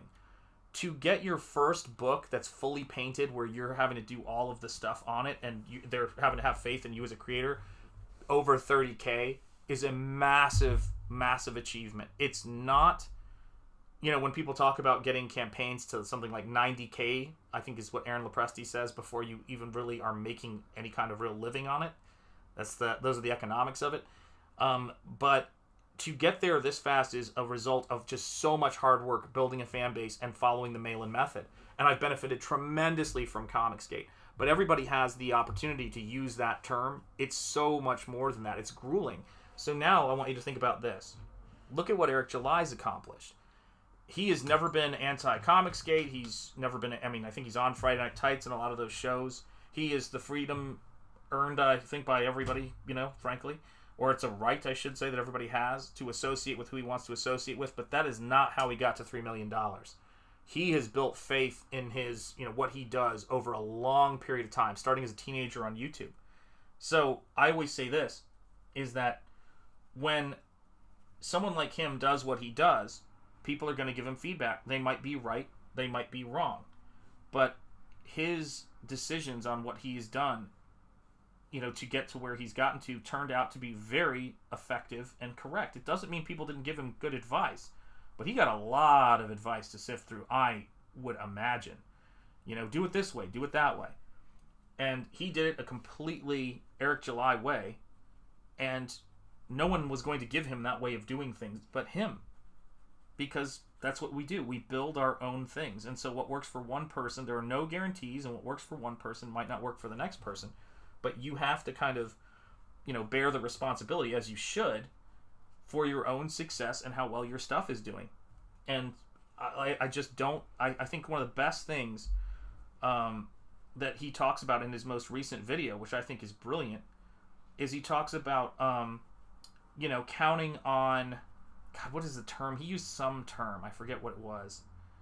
Oh, God. I wish I could remember. It was a great expression he used. But he talked about, yeah, exactly. Bruce Lee, man. I love it. Let me see here. I'm a huge fan of good art and just a backer. I wasn't into many comics until I discovered indie comics. Amen. I'm very much the same way. Very much the same way. But he talked about, co-signing. He talked about that you're not going to make your book big because, you get a bunch of people to co-sign on it. Like, I send out super chats, or I go on this person's show and that book is going to be big. That is no guarantee. And he was saying how important that was for people to know and understand, because you don't want to find yourself in a situation where you're confused about the difficulties and the obstacles that are involved in doing this kind of thing. And I always go into things with that as my primary focus. Like, I don't ever think... I was fortunate that I remember talking with my wife about doing this and doing my first comic and doing a painted comic and all that other stuff. And we just looked at what I had been able to do on my own on Indiegogo, and we assumed that was reasonable to think that the bare minimum would be somewhere in there within those campaigns. She asked me if I thought I would get my work promoted on certain shows or whatever else. Just curiosity. She just asked me that question. And I said, no. That will be no factor. Not that it wasn't possible, but I'd say that will be no factor in making this decision. The factor in making this decision is going to be, will I have enough time to both work on this book and grow a YouTube channel steadily at the same time to build my own platform? Dean, it is great to see you, brother. How you doing? Jay just wants to take advantage of you when you're deep. Oh, what the hell? Dean, what are you doing to me, man? Hail, Dean. Are we talking about my guy Jay? Which Jay? Oh, Jay. Art and Times of Jay Ryan. I gotcha. You guys are intense, man. You guys are intense, but I'm going to tell you this. Love is love. You're welcome here. Whatever the nature of your intense relationship is, you are welcome here, my friends. But yeah, I mean, it's, for a minute there, because I've been hearing a lot about him, I wasn't sure if you were talking about Drunk 3PO. That Jay. Of course, I should have known the Art and Times, but I always think of him as the Art and Times, weirdly. And not Jay. That's a strange thing to do, because, you know, the name is Jay. I mean, I see Comics Mate, and I think of Dean, so I don't think of Comics Mate. So maybe I need to check up from the neck up, as they say. But no, I think that it's such a better place to have your head in, because if you wouldn't jump off into the unknown, because, you know, unless you knew someone there was going to be guaranteed, you know, it's not a risk if there are guarantees in it, put it that way. And that's how you got to kind of define things in this space, is that it's a risk. You're an independent. Like, you don't think about if another restaurant is going to promote you when you open up your restaurant, to go back to that. You think about, how am I going to promote this restaurant, get people to want to come and eat here? By hook or by crook, what are the things I am going to have to do to get every person I know? Because every person I know, if they all eat at this restaurant and they eat here once a week, unless I know a lot of people and they're going to eat here every week forever, that's not going to keep me open. I'll have my regulars, but I'm going to have to, you know, build this thing constantly. And that is the right attitude to have when you go into a space like this, because it's the truth. You know, it's like, think about it. If you had no backing and no support, what would you do? Absolutely, yeah. Chrome Dog, speaking of backing and campaigns, there's Chrome Dog. Check it out, guys. Just look at the Johnny Phantasm figure. I did the box art. Yes, I know. I love it, dude. It's great. It's great. Yeah, something like a small base of loyal followers instead of a large peripheral notoriety. That's what he said. Yes, you've got it. And I think that's the thing that's really strange, man. Oh, all right, Courtney. Take care. Have a great one. All right, take care. We will see you soon. Yeah, sometimes you have to get out there and search out your clientele. You're absolutely right. And yeah, I think that was really the thing that kind of got me up, got me about it, which is that, okay, so when I did my, I don't remember how many I was at, but when I did my Indiegogo campaigns, right, with my Instagram fan base, I think those hovered around, one of them, which was the second book that was released really close together, was under 100 backers, and the first one was 145 backers. And I had, I think on the second one, I had over 30,000 followers. So just think about that for a minute. I had over 30,000 followers. That does not translate into dollars. The social media thing is great for what it is. And again, he talks about that in the latest video. It is great for what it is. But it is not a metric for who your customer base is. And that is the thing for me, I would tell people, you know. It's like, yeah, it'll remind you and keep you warm. That's exactly right. Yeah, I'm such a gay. So yeah, I mean, what I love about that video and what I thought was so great is when you want to understand, like, who understands, I guess what's the word I'm looking for? Look at people over time and learn from people who are great at promoting themselves in a way that you can imagine promoting yourself. So look at Townsend's. Townsend's biggest accomplishment is paying attention to what their customer base wants and being consistent. Both of those things. Now, you've got to do a bunch of other things on top of that when you're doing this stuff solo, right?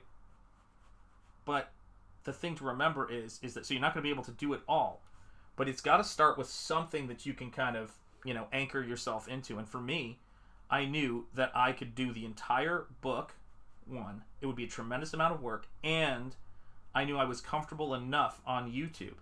And I've had some great people, too, who I could never have counted on this, who helped me, and had me on their channel, which Michael definitely hosted me on his channel for the launch, which I ruined. What are you going to do? But there's all these different ways in which you can go about it, and I think that is so important, Every time you wash a layer of color, I get that same feeling as when Bob Ross is about to add that last happy little tree. Look, that's totally how this works, man. You know what's so funny is, as terrified as I was of painting, it is really funny to imagine it ever scared me now. I mean, I'll be honest with you guys, I was a little terrified of jumping off into the unknown and doing comics here, in the CG space. I mean, that was nerve-wracking. I was scared about leaving a career for, after 18 years to do this. And I think I would have to be a little bit stupid if I wasn't, completely, if I was completely like, oh, this is going to be a piece of cake. However, once you get into the habit of actually making the work, I try never to be dependent on what's going on. For me personally, other people, I do not care to tell people, again, another reason why I'm not teaching anymore. I do not care to tell people what they should or shouldn't do in their life. Not my bag. That is not what I'm into. But if I wake up in the morning and I have to go to the internet to figure out what content I'm going to talk about, it's not satisfying for me. If I go to the Townsend, Pete Townsend. Well, of course, means the Who. I respect the Who. How'd you ruin it on Michael's? Prematurely launched my campaign, Cranberry Langers. It was awful. When Nosfero 2 launches, you better let Bancroft have his countdown. He'll have his countdown, but I ruined it. Ruined it. Yeah, Mel and Michael haven't spoken to me since. It's terrible. It caused a fracture, dare I say, in our relationship. And I hope it can recover. I'm sending flowers to Michael, of course. And we're going to, hopefully we'll get that sorted. We got to squash this beef. The beef is real. But yeah, I mean, you just got to laugh and enjoy it. You got to, this is the funniest thing about this, too. I got to talk about this. It was funny. It added to your charm. Yeah, listen, man. I have to tell you this. Thanks, brother. I didn't even understand. I go back to that. I'm trying to see... Michael, I think you'll know what I'm talking about. I didn't even understand the concept of what a launch was when we did that. I thought it just meant we do a stream. Fucking hell. I have learned so much about this job. It is like learning how to pack a parachute while, after you've been thrown out of a plane. You've got the parachute, the wind's blowing, you're just got this back and everything's getting blown. It's that insane. Yeah. Keep your stinking flowers. It is crazy. Yeah, so there's a glitch in the Matrix. Yeah. Amen. Yeah. But, but think about that just for a minute, right? It's like there is no way to know what you don't know until you try these things. And I've learned a lot. There's things that I've gone, oh, well, that's the way to do it, so maybe I should change this up. And then I come back and go, nope, this is the way to do it. I was actually right on that thing, but on this thing is the thing where I'm having the issue. So something I did today, and it's less about, how do I get the... I can't think about the algorithm. It makes my head hurt. I know some people might be great at it. I am not. But I was looking at the thumbnails for Townsend's, and I was thinking, gosh, their thumbnails are so consistent and so appealing. How the heck am I going to, how can I improve my thumbnails a little bit more? I've got some consistency things I like, but how can I really, create better looking images? And how can I do content that is evergreen and interesting? And do I want to do that? And it's just, I'm zeroing in on that stuff, but guys, man, does it take a lot of work to figure that out. 47 launches so far on my show. I gotta be honest with you, Michael, man. I can't believe that number's that low. I feel like you've done thousands at this point. To be fair, none of us knew what made a good launch when we started. Everything we do is a result of... Yes. Michael, I swear, you are one of the most important sages in Comicsgate, man. You're spot on. I need people to really deeply understand. That's what I love about what Eric July is saying. He's going, people are like, oh, you got to make sure you remember to do this. You got to make sure you remember to do that, right, on the outside. But they have no idea what it's like to be negotiating about the purchase for a warehouse. When people talk to me about metrics of finances and things like that, I bought a new tube of black paint the other day and 6 new brushes, And was there anything else in there? I think it was 6 new brushes and a tube of paint, and I feel like there was something else I bought. It wasn't board, but I think it was just brushes and maybe 1 or 2 tubes of paint. And it was $90. That's what I'm thinking about. $90. Oh, $47 in September alone. Amen. Yeah, you're totally right. But think of like the metrics of making this stuff. Yeah, you're totally right. Oh, that's absolutely something I need to do. Cranberry Langers. I can't like. I wish I knew how to quit doing that, but I'm working on it. I will absolutely. Somebody get an emergency kit for Stephen Rockwood. Self-hatred. Oh my god, you guys are so funny, man. But no, it's like drawing sounds like the perfect movie for that. Yes, indeed. Oh, did you hear that? That was delicious. Oh man, that was a crack that felt good. Yes, indeed. Yeah, you're totally right. Yeah, Michael's laughing, but I feel like there's tears streaming down his face, man. That's absolutely right. Yes, they are expensive. So it's sort of like, what was it? Jim Gaffigan had this funny joke, and this is kind of what advice starts to feel like when you're in the maelstrom of it all. Is he goes, we just had our 5th baby, and he just had to pretend nobody applauded, and he goes, not as much applause for that. He's like, if you want to understand what it's like to have 5 kids, imagine you're drowning, and somebody hands you a baby. That's what advice gets to be. That was a loud neck crack. Hail, channel member Timmy Mello. It's great to see you, my friend. Yes, it was. I wish I knew how to quit you. Long video titles. That's right, it is. Totally. Damn it, Ennis. I wish I knew how to quit you. Gosh, I wonder if they knew when they were saying that line that it was going to become the most one of the most memeable things in film history. Gotta be. It's up there with Here's Looking at You, Kid. Goodness gracious. But yeah, I mean, it's like yeah, it's like when you're growing up and your mom is sort of like on the end of her rope, you know, and in a sitcom, and somebody comes in and goes, we're having that for dinner, when she's like in the middle of cooking, and it's like, you want to die, kid? That's not a good idea. That's not a way to live. That's a way to die. You know. So it's a funny thing. And Eric, you know, the bigger you are, the more advice you are going to get from people who have no concept. Like Eric's guys, I mean, what Eric's accomplished is something that you couldn't understand it unless you did it. Like there's no way to analyze it. And maybe that's a big reason why I've gotten out of the whole analyzing things games personally, because I just realized that at a certain point, not that I was ever really like going, oh, I know what, you know, how this works, but it's like there's certain things that you just have to sort of sit back, and even the people who do them don't understand how it happened. Like, you know, J.K. Rowling talks about the how, you know, coming up with the idea was lucky. Like, I don't know where that sort of comes from. Now, the grit of writing all those books out, that she can speak to. Right, it's discipline, but you can't give people discipline if they don't have it, and you know you can't sort of look at people sort of a la carte, you know, and sort of say, all right, like I want to have, you know, I like that you have these particular abilities, but I wish you could change these other ones, because it's like, well, like we're not making again a perfect person, we're just trying to have a good enough for success mixture and combination, and then to grow and strengthen it, and hopefully bring on at some point experts who know those things better that you need to work on. But that's the whole thing for me about what's up, Jordan Horst. I love the Captain Chokeout or Major Chokeout painting. Yeah, also happy birthday. Oh, is KSS here? Where is he? Oh, there we go. Happy birthday to you, my friend. It's great to see you. My favorite Jim Gaffigan joke was they now have a vegetarian Hot Pocket for those who don't like meat but still want diarrhea. I remember that joke.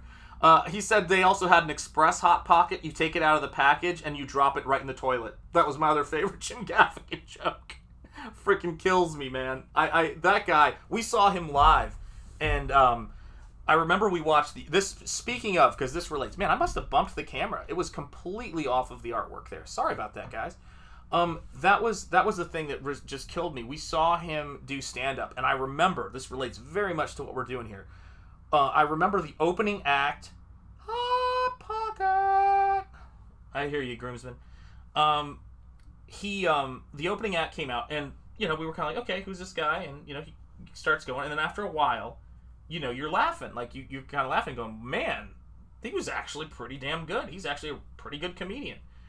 Then, Jim Gaffigan comes out, and you go, oh, there are major levels when it comes to comedy and everything. It's no different. Like, somebody who is a bench warmer, playing for the NBA, can just destroy the average person on the court.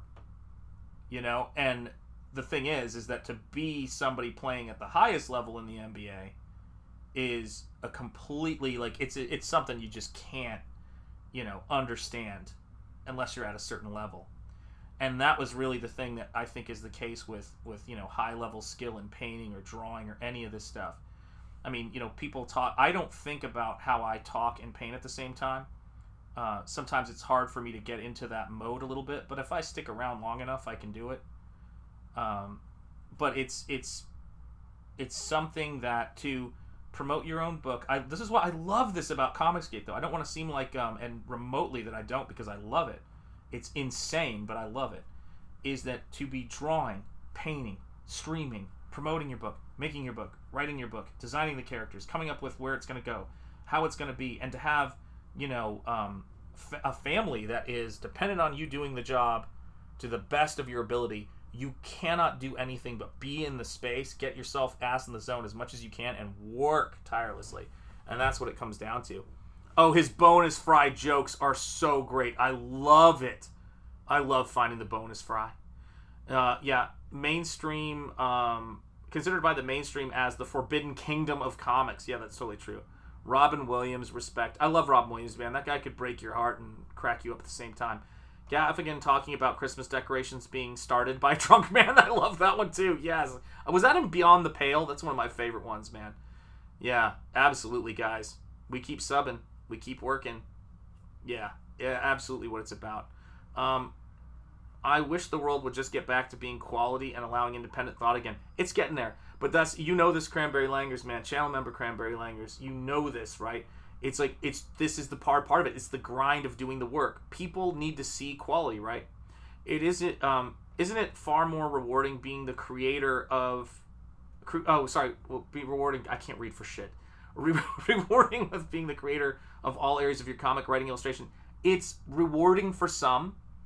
I find it incredibly rewarding in terms of... how do I put it? You know what's weird? It's just what I need to do. I don't want anybody getting in between us. Does that make sense? Like, when you get this book, you're going to know I painted it. You're going to know you were here. Most of the things that annoyed me personally were other people getting in the way. Now, there are creators who don't want to fool with any of this, and Eric July talks about that in this video. I love it. Eric July says, this is not for everybody. Like, if you want to work for somebody and have someone else promote your stuff, like, I should say, if you create enough value in what you do that you can make another person money in exchange for them paying you to do that thing, and they handle all the administrative stuff, you've got to do such great work that it makes them worth your cost and then can reward you. That's what the mainstream industry doesn't do. But it is such a better situation to put yourself in, to be not having to do all of that stuff if you don't want to. Now, for me, this is absolutely what I prefer doing. I started making my own books and printing them and selling them when I was a kid. So this is how I want to make comics. You better pay it forward. I gave you that. Yeah, you better pay it forward, man. I gave you that bonus fry. That's not how Jesus would talk. Yeah, thank you, KSSS. I've always loved that, man. I gave you that bonus fry for some reason. God, yeah. I love that dude, man. I loved his joke about getting caught by people at McDonald's. When someone came into McDonald's, and it's kind of like he goes, yeah, this guy walks into McDonald's. I'm like, oh, hey, man, what are you doing here? And he goes, his friend goes, I just came here to use the ATM. And he's like, what are you doing here, Jim? And he's like, I'm just here to meet a prostitute. Yeah, he should be here any minute now. That dude kills me, dude. Yeah, Jordan Peterson and other based individuals are in the infancy of creating alternative markets for, yes, exactly right, Globus controlled shit. It'll be rocky though. We're all in its infancy. Yeah, it's crazy stuff, man. It's absolutely, I love that stuff. But you look at this stuff, and I think it's great. Is that that it's Comicsgate is, and I should say the independent space again, because we got Eric July, we got RAZÖRFIST, and it's only going to get bigger. And there are people who've been doing it longer than us. I think about Brian Pulido, guys. Brian Pulido has got more experience with this stuff than any other, almost any other person in this space. Todd McFarlane is an independent, creator, doing his own thing, making toys, regardless of how big he is now.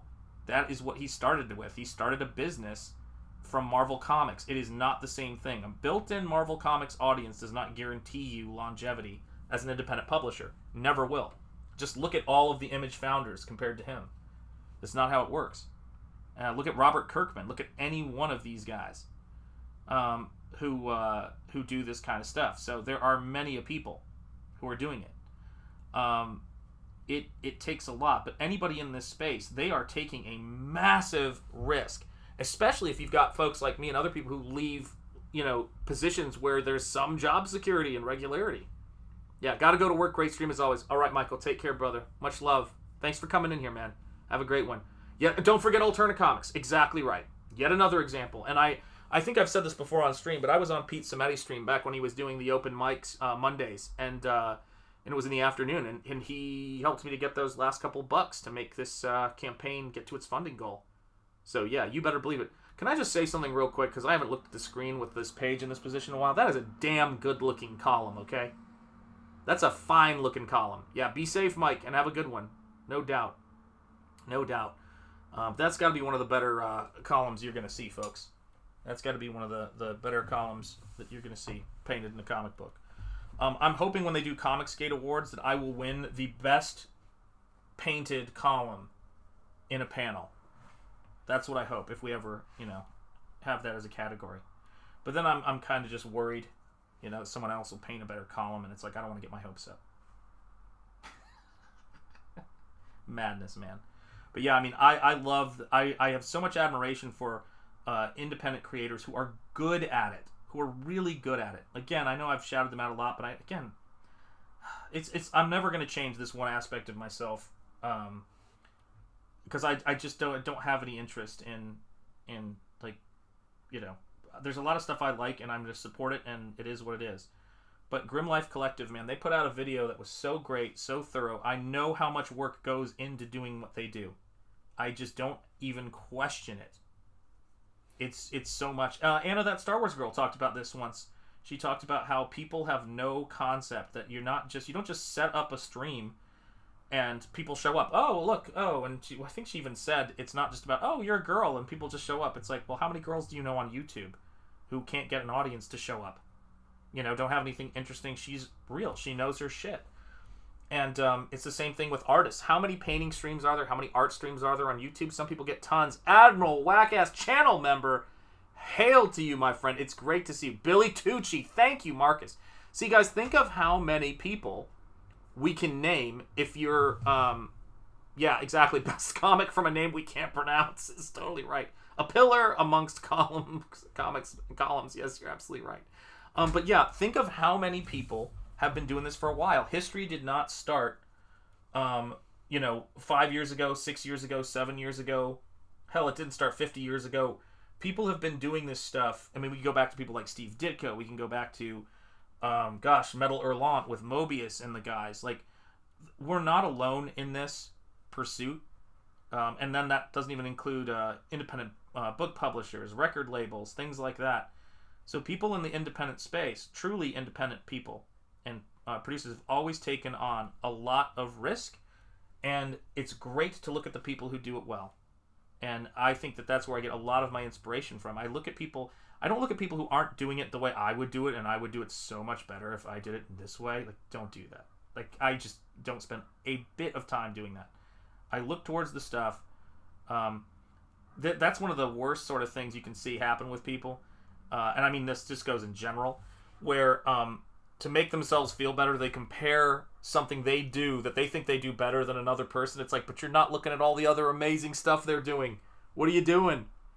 And the best column artist award goes to Shanth Enjeti. That's right. You're totally right. Vaughn's Haunted Castle. Learn from others. Stay current. Hail, Vaughn, my brother. How you doing, boss? Holy cow. It's great to see you, man. I cannot wait for Terror in the Trenches, dude. I'm excited. But then, you know, I'm always going to be excited. That's the way it is. Guys, if you've got the groomsman in here who I think won the terror contest, if I'm not mistaken. Am I right? I think you did. Groomsman, is that true? I think it's... Hey, the replicator's here. Hello, chat. Hey, Shanth, where are the boobs? Customer service. That's what we do here. That's from the drawing stream I did with my wife the other night. Jordan, how you doing again? It's great to see you, man. Look at all you guys coming in here. What the heck? And it's good to see channel member General Piggy, the replicator. My man. I love Rob, man. Love these crazy... That's right. Vaughn knows what I'm talking about. Oh, Vaughn, I wish I could show that piece, dude. I cannot wait till people get to see that piece, dude. It's going to be great. Yeah, I think so. Vaughn's Haunted Castle. There you go. Yes, indeed, man. Look at that. We're bringing people together. What the heck is right? Yeah, indeed. What the heck? Yeah, I really wish I could show the, yeah, a painting I did of one of Vaughn's characters. But alas and alack, here we are. Time will come. What's up, channel member Shitbird Militia? It's great to see you. Gotta keep them boobs within arm's reach for instant gratification. That's what I'm here for, guys. That's why I've got the cheerleaders for Super Chats, man. It's like, I gotta have them ready to rock. Exactly, Boob Owl. I love it. I do love drawing owls, though. They're hard to do well. That's for sure. I've always thought that, you know, I know that there's an owl superhero in The Watchmen, obviously. And I'm sure there have been some other ones, but that's just such a great-looking, bird. I remember the first time, back when I was in that barbershop quartet in Skokie, Illinois, when I saw a barn owl, and just, I mean, the way those animals move is crazy, because, you know, owls are known for their stealth. You don't really get a chance to see them that often unless you're seeing them, unless they're trapped in your house. I did have a friend one time, I think it was actually maybe an elementary school teacher who told us this story, who got a screech owl trapped in the back of her car, and was, like, she said it was the most terrifying. Yeah, the leg lift is choice. Amen, Godblade. You know what I'm talking about. And was absolutely, like, said it was the most horrific, you know, experience to have when you're trapped in a car with a screech owl. It's just like, ah! And I was like, oh my God, I cannot even imagine. Oh, man. My kingdom for a straight or left arm, guys. It would be great. I mean, you know, look, guys. You can do better than that. You know what I'm saying? Like, I got to get that sorted out. Man. Whew. Goodness. All right, let's see what we can do here. All right. But yeah, I mean, there's certain people who amaze me. There's a couple of artists that I absolutely adore, who do that kind of work. I want to show. Yeah, Shanth has silly arms. You ain't kidding. Do you do stretches? Yes, I do. I have to crack, like, I don't know. My arm might have Anna beat. I know she's got some anatomical excitement. Her tear duct thing scares the hell out of me. But there's an artist that, if you guys are looking for stuff to follow on Instagram, just like stuff that will put positivity into your life, just with beauty, and that seems to be apolitical, I believe. I want you guys to open this in another window, and oh darn it, how do I do this? God, I'm old. Let me see if I can get this to work. Paste. There it is. I want you to open this in another window and just feast. If you are interested in really good bird artwork, done, you know, just, and they're very small and precise paintings, but holy heck fire is that stuff good, man. That stuff is amazing. It says page not available. Is that right? Hang on. The hell did I do? Huh. Okay. Must have done something wrong. Wouldn't be the first time. Let's try this here. Maybe I pasted the wrong thing. Oh, okay. Well, we'll see. Somebody let me know in the chat if that worked. But yes, it is. I'll put it there and see if that helps too. What is it about owls that's always interesting? They're just incredible. Yeah, cranberry langers. Oh, it works for you. Good. All right, guys. Cool. That is what I'm talking about. These are the people, when people go, who do you think is, who are your favorite painters? Who is great? Or, this and that. I'm always like going, guys, if you go into Instagram and you find the people who are just, next level, you can't ever look at standard art. There's a couple of artists that I could show you guys right now that, oh gosh, that people would just look at and just go, oh my lord, like, we've got to raise our game. I never, ever compared myself when I was in college to other art school students. Ever. I compared myself to pros. That is the attitude to have. And in CG, I never compare myself to other comic skaters. I compare myself to Frank Frazetta, and when it comes, and people like that, like people who are just like thrown down forever, Mobius, Dave Stevens, and when it comes to painters, I compare myself to people like, oh gosh, what's his name? Hold on, I gotta find this guy. If you want to see the most stunning paintings of women you're going to find anywhere online, for my money, I want this guy to release books of his watercolors and things, but he is incredible. Where the hell is it? Thomas Kincaid, that's right. Well, he had the money. That's for sure. See if this link works, guys. This guy, when it comes to painting in gouache and oils and watercolor, nobody touches him. He's as good as in many in many ways as John Singer Sargent was. Nobody touches that cat, as far as I'm concerned. Like, I just don't. If I want to be inspired by work, I looked at, oh gosh, another artist I'm inspired by, James Bama, George Rosen, all-time greats, guys. Keep yourself inspired by all-time greats. And look, my brothers and sisters in arms working in Comicsgate right now, those are my peers, man. I respect those guys. They do incredible work. We work hard. Eric July, all those cats, man. They're all really great people, and they're all doing great work. But when it comes to who I look to for inspiration, I know I'm going to fall short of whatever I'm looking at, so I try to be inspired by stuff that's just insane. Love James Bama. Yeah, I've got his stuff. I think I have his book somewhere next to me, if I'm not mistaken. I had it a few minutes ago, anyway. I have actually 2 books of his, and one is over there, and I think there's one on this side of the table. But I love his stuff, man. Yeah, Dave Rapose's art is dope. Yeah, absolutely, guys. And sing the praises of people who are there. Yeah, Painter of Light, indeed. I like seeing you guys talking about that, though. 40 likes, man. Amazing, guys. I like seeing you guys talk about promote stuff, because that's how we're going to find out who's out there. And you need to have folks around you who are inspiring and who are working hard and in the actual day-to-day grind, because, Norman Rockwell and all those cats, their race is over, man. Ours has just begun. And if we want to get great places, we've got to look at great stuff.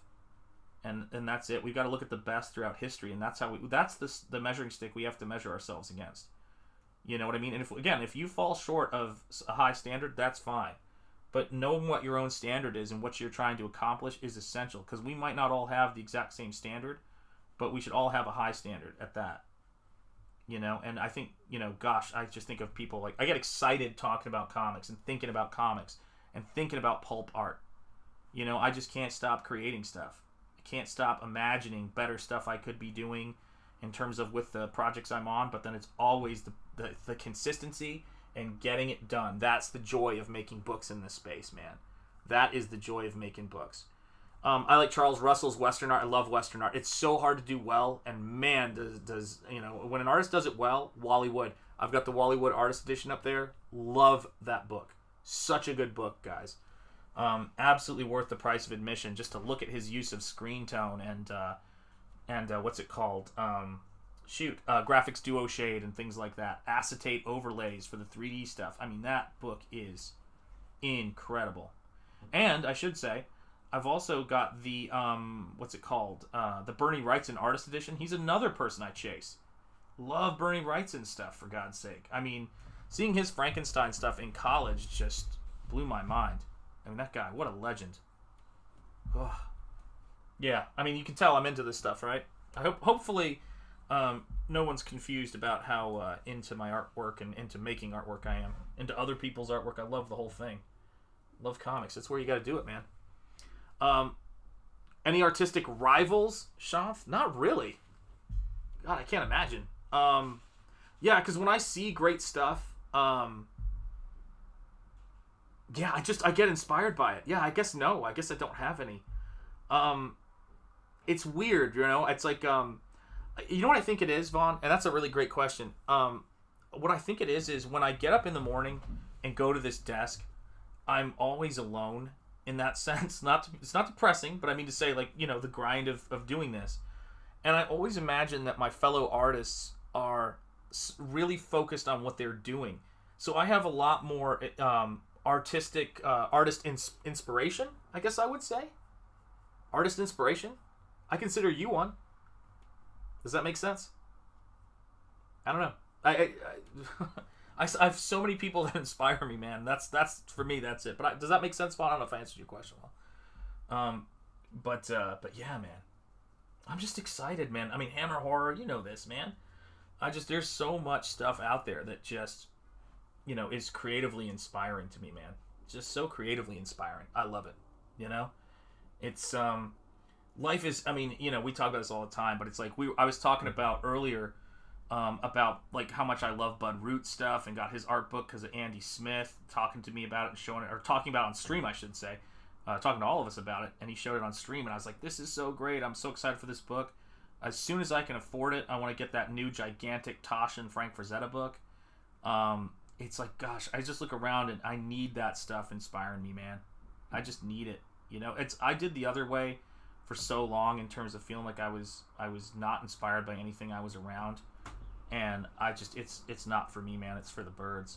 I love anybody who, you know, is serious about the craft and working their tail off in this space. I'm like, right on, man. Let's do it. Let's do it. Let me see here. Yeah, now my brain is like flooding with art I love. And stuff I'm excited about, man. I love it all, dude. I love it all. Let me see here. And Shanth, hate that guy. Yeah, but you know, it's the funny thing. So let me tell you about this about Groomsmen. Yeah, speaking of Western artists, Cowboys on Horseback for inspiration, I think Frederick Remington is insane and amazing. You're absolutely right. I've made Dean my rival, but I've never seen his work. Yeah, it happens. So the Groomsmen, I remember, I think on 2 occasions, helping decorate your house for your son's birthday when I was out in San Francisco, because I've always come during his the time of his birthday. Like, that's what it is, man. Life's too short, you know? Yeah, I guess so, right? It's my artistic rival, the person I'm competing against, is me in the future, and just trying to, get to that point and conquer that point as fast as possible. That's the real joy of it, you know? That's the real joy of it.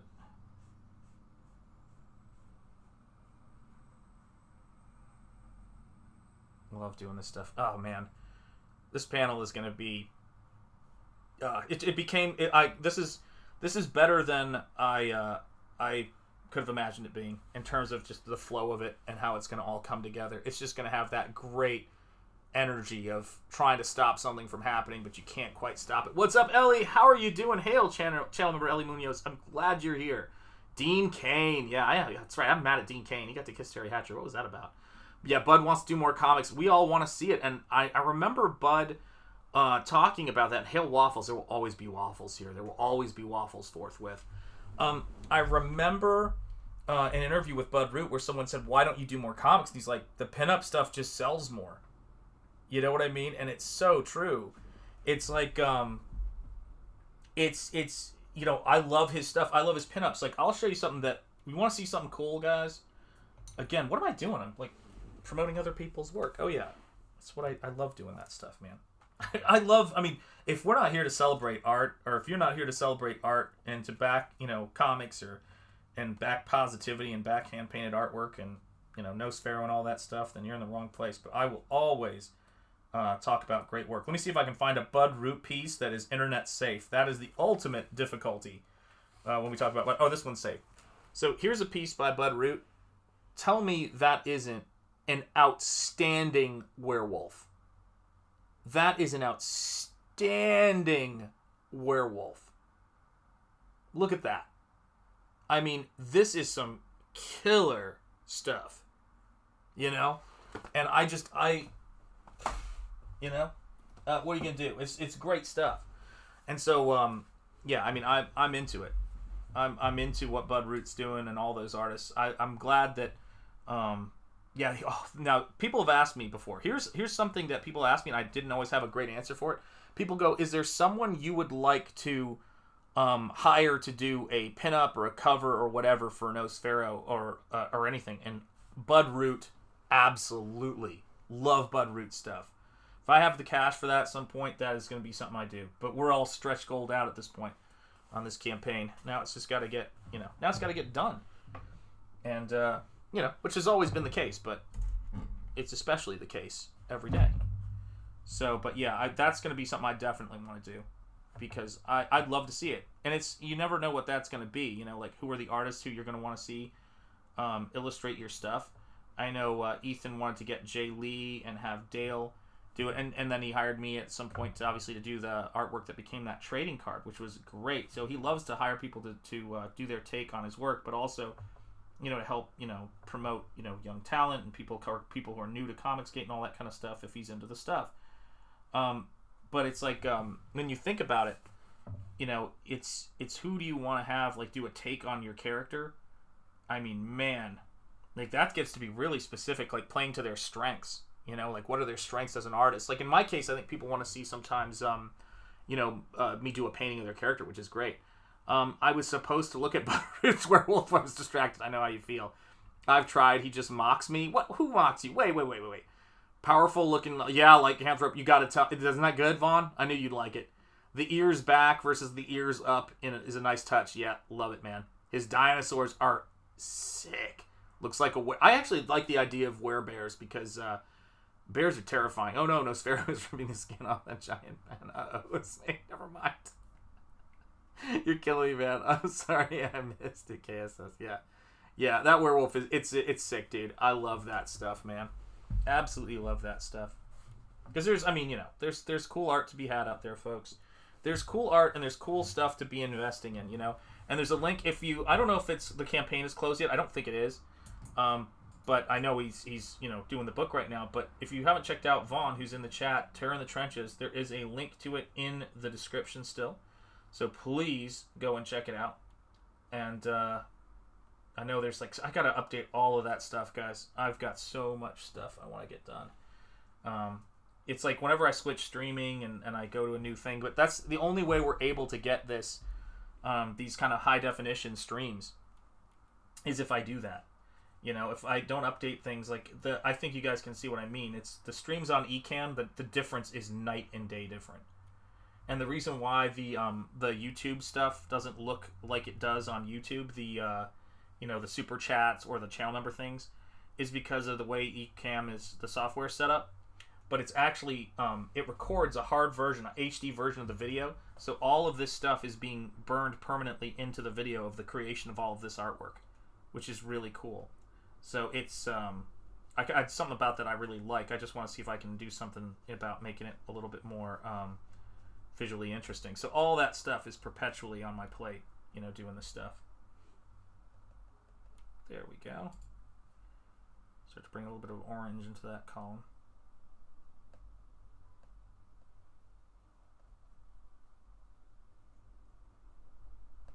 Man, the wind is howling here. Goodness gracious.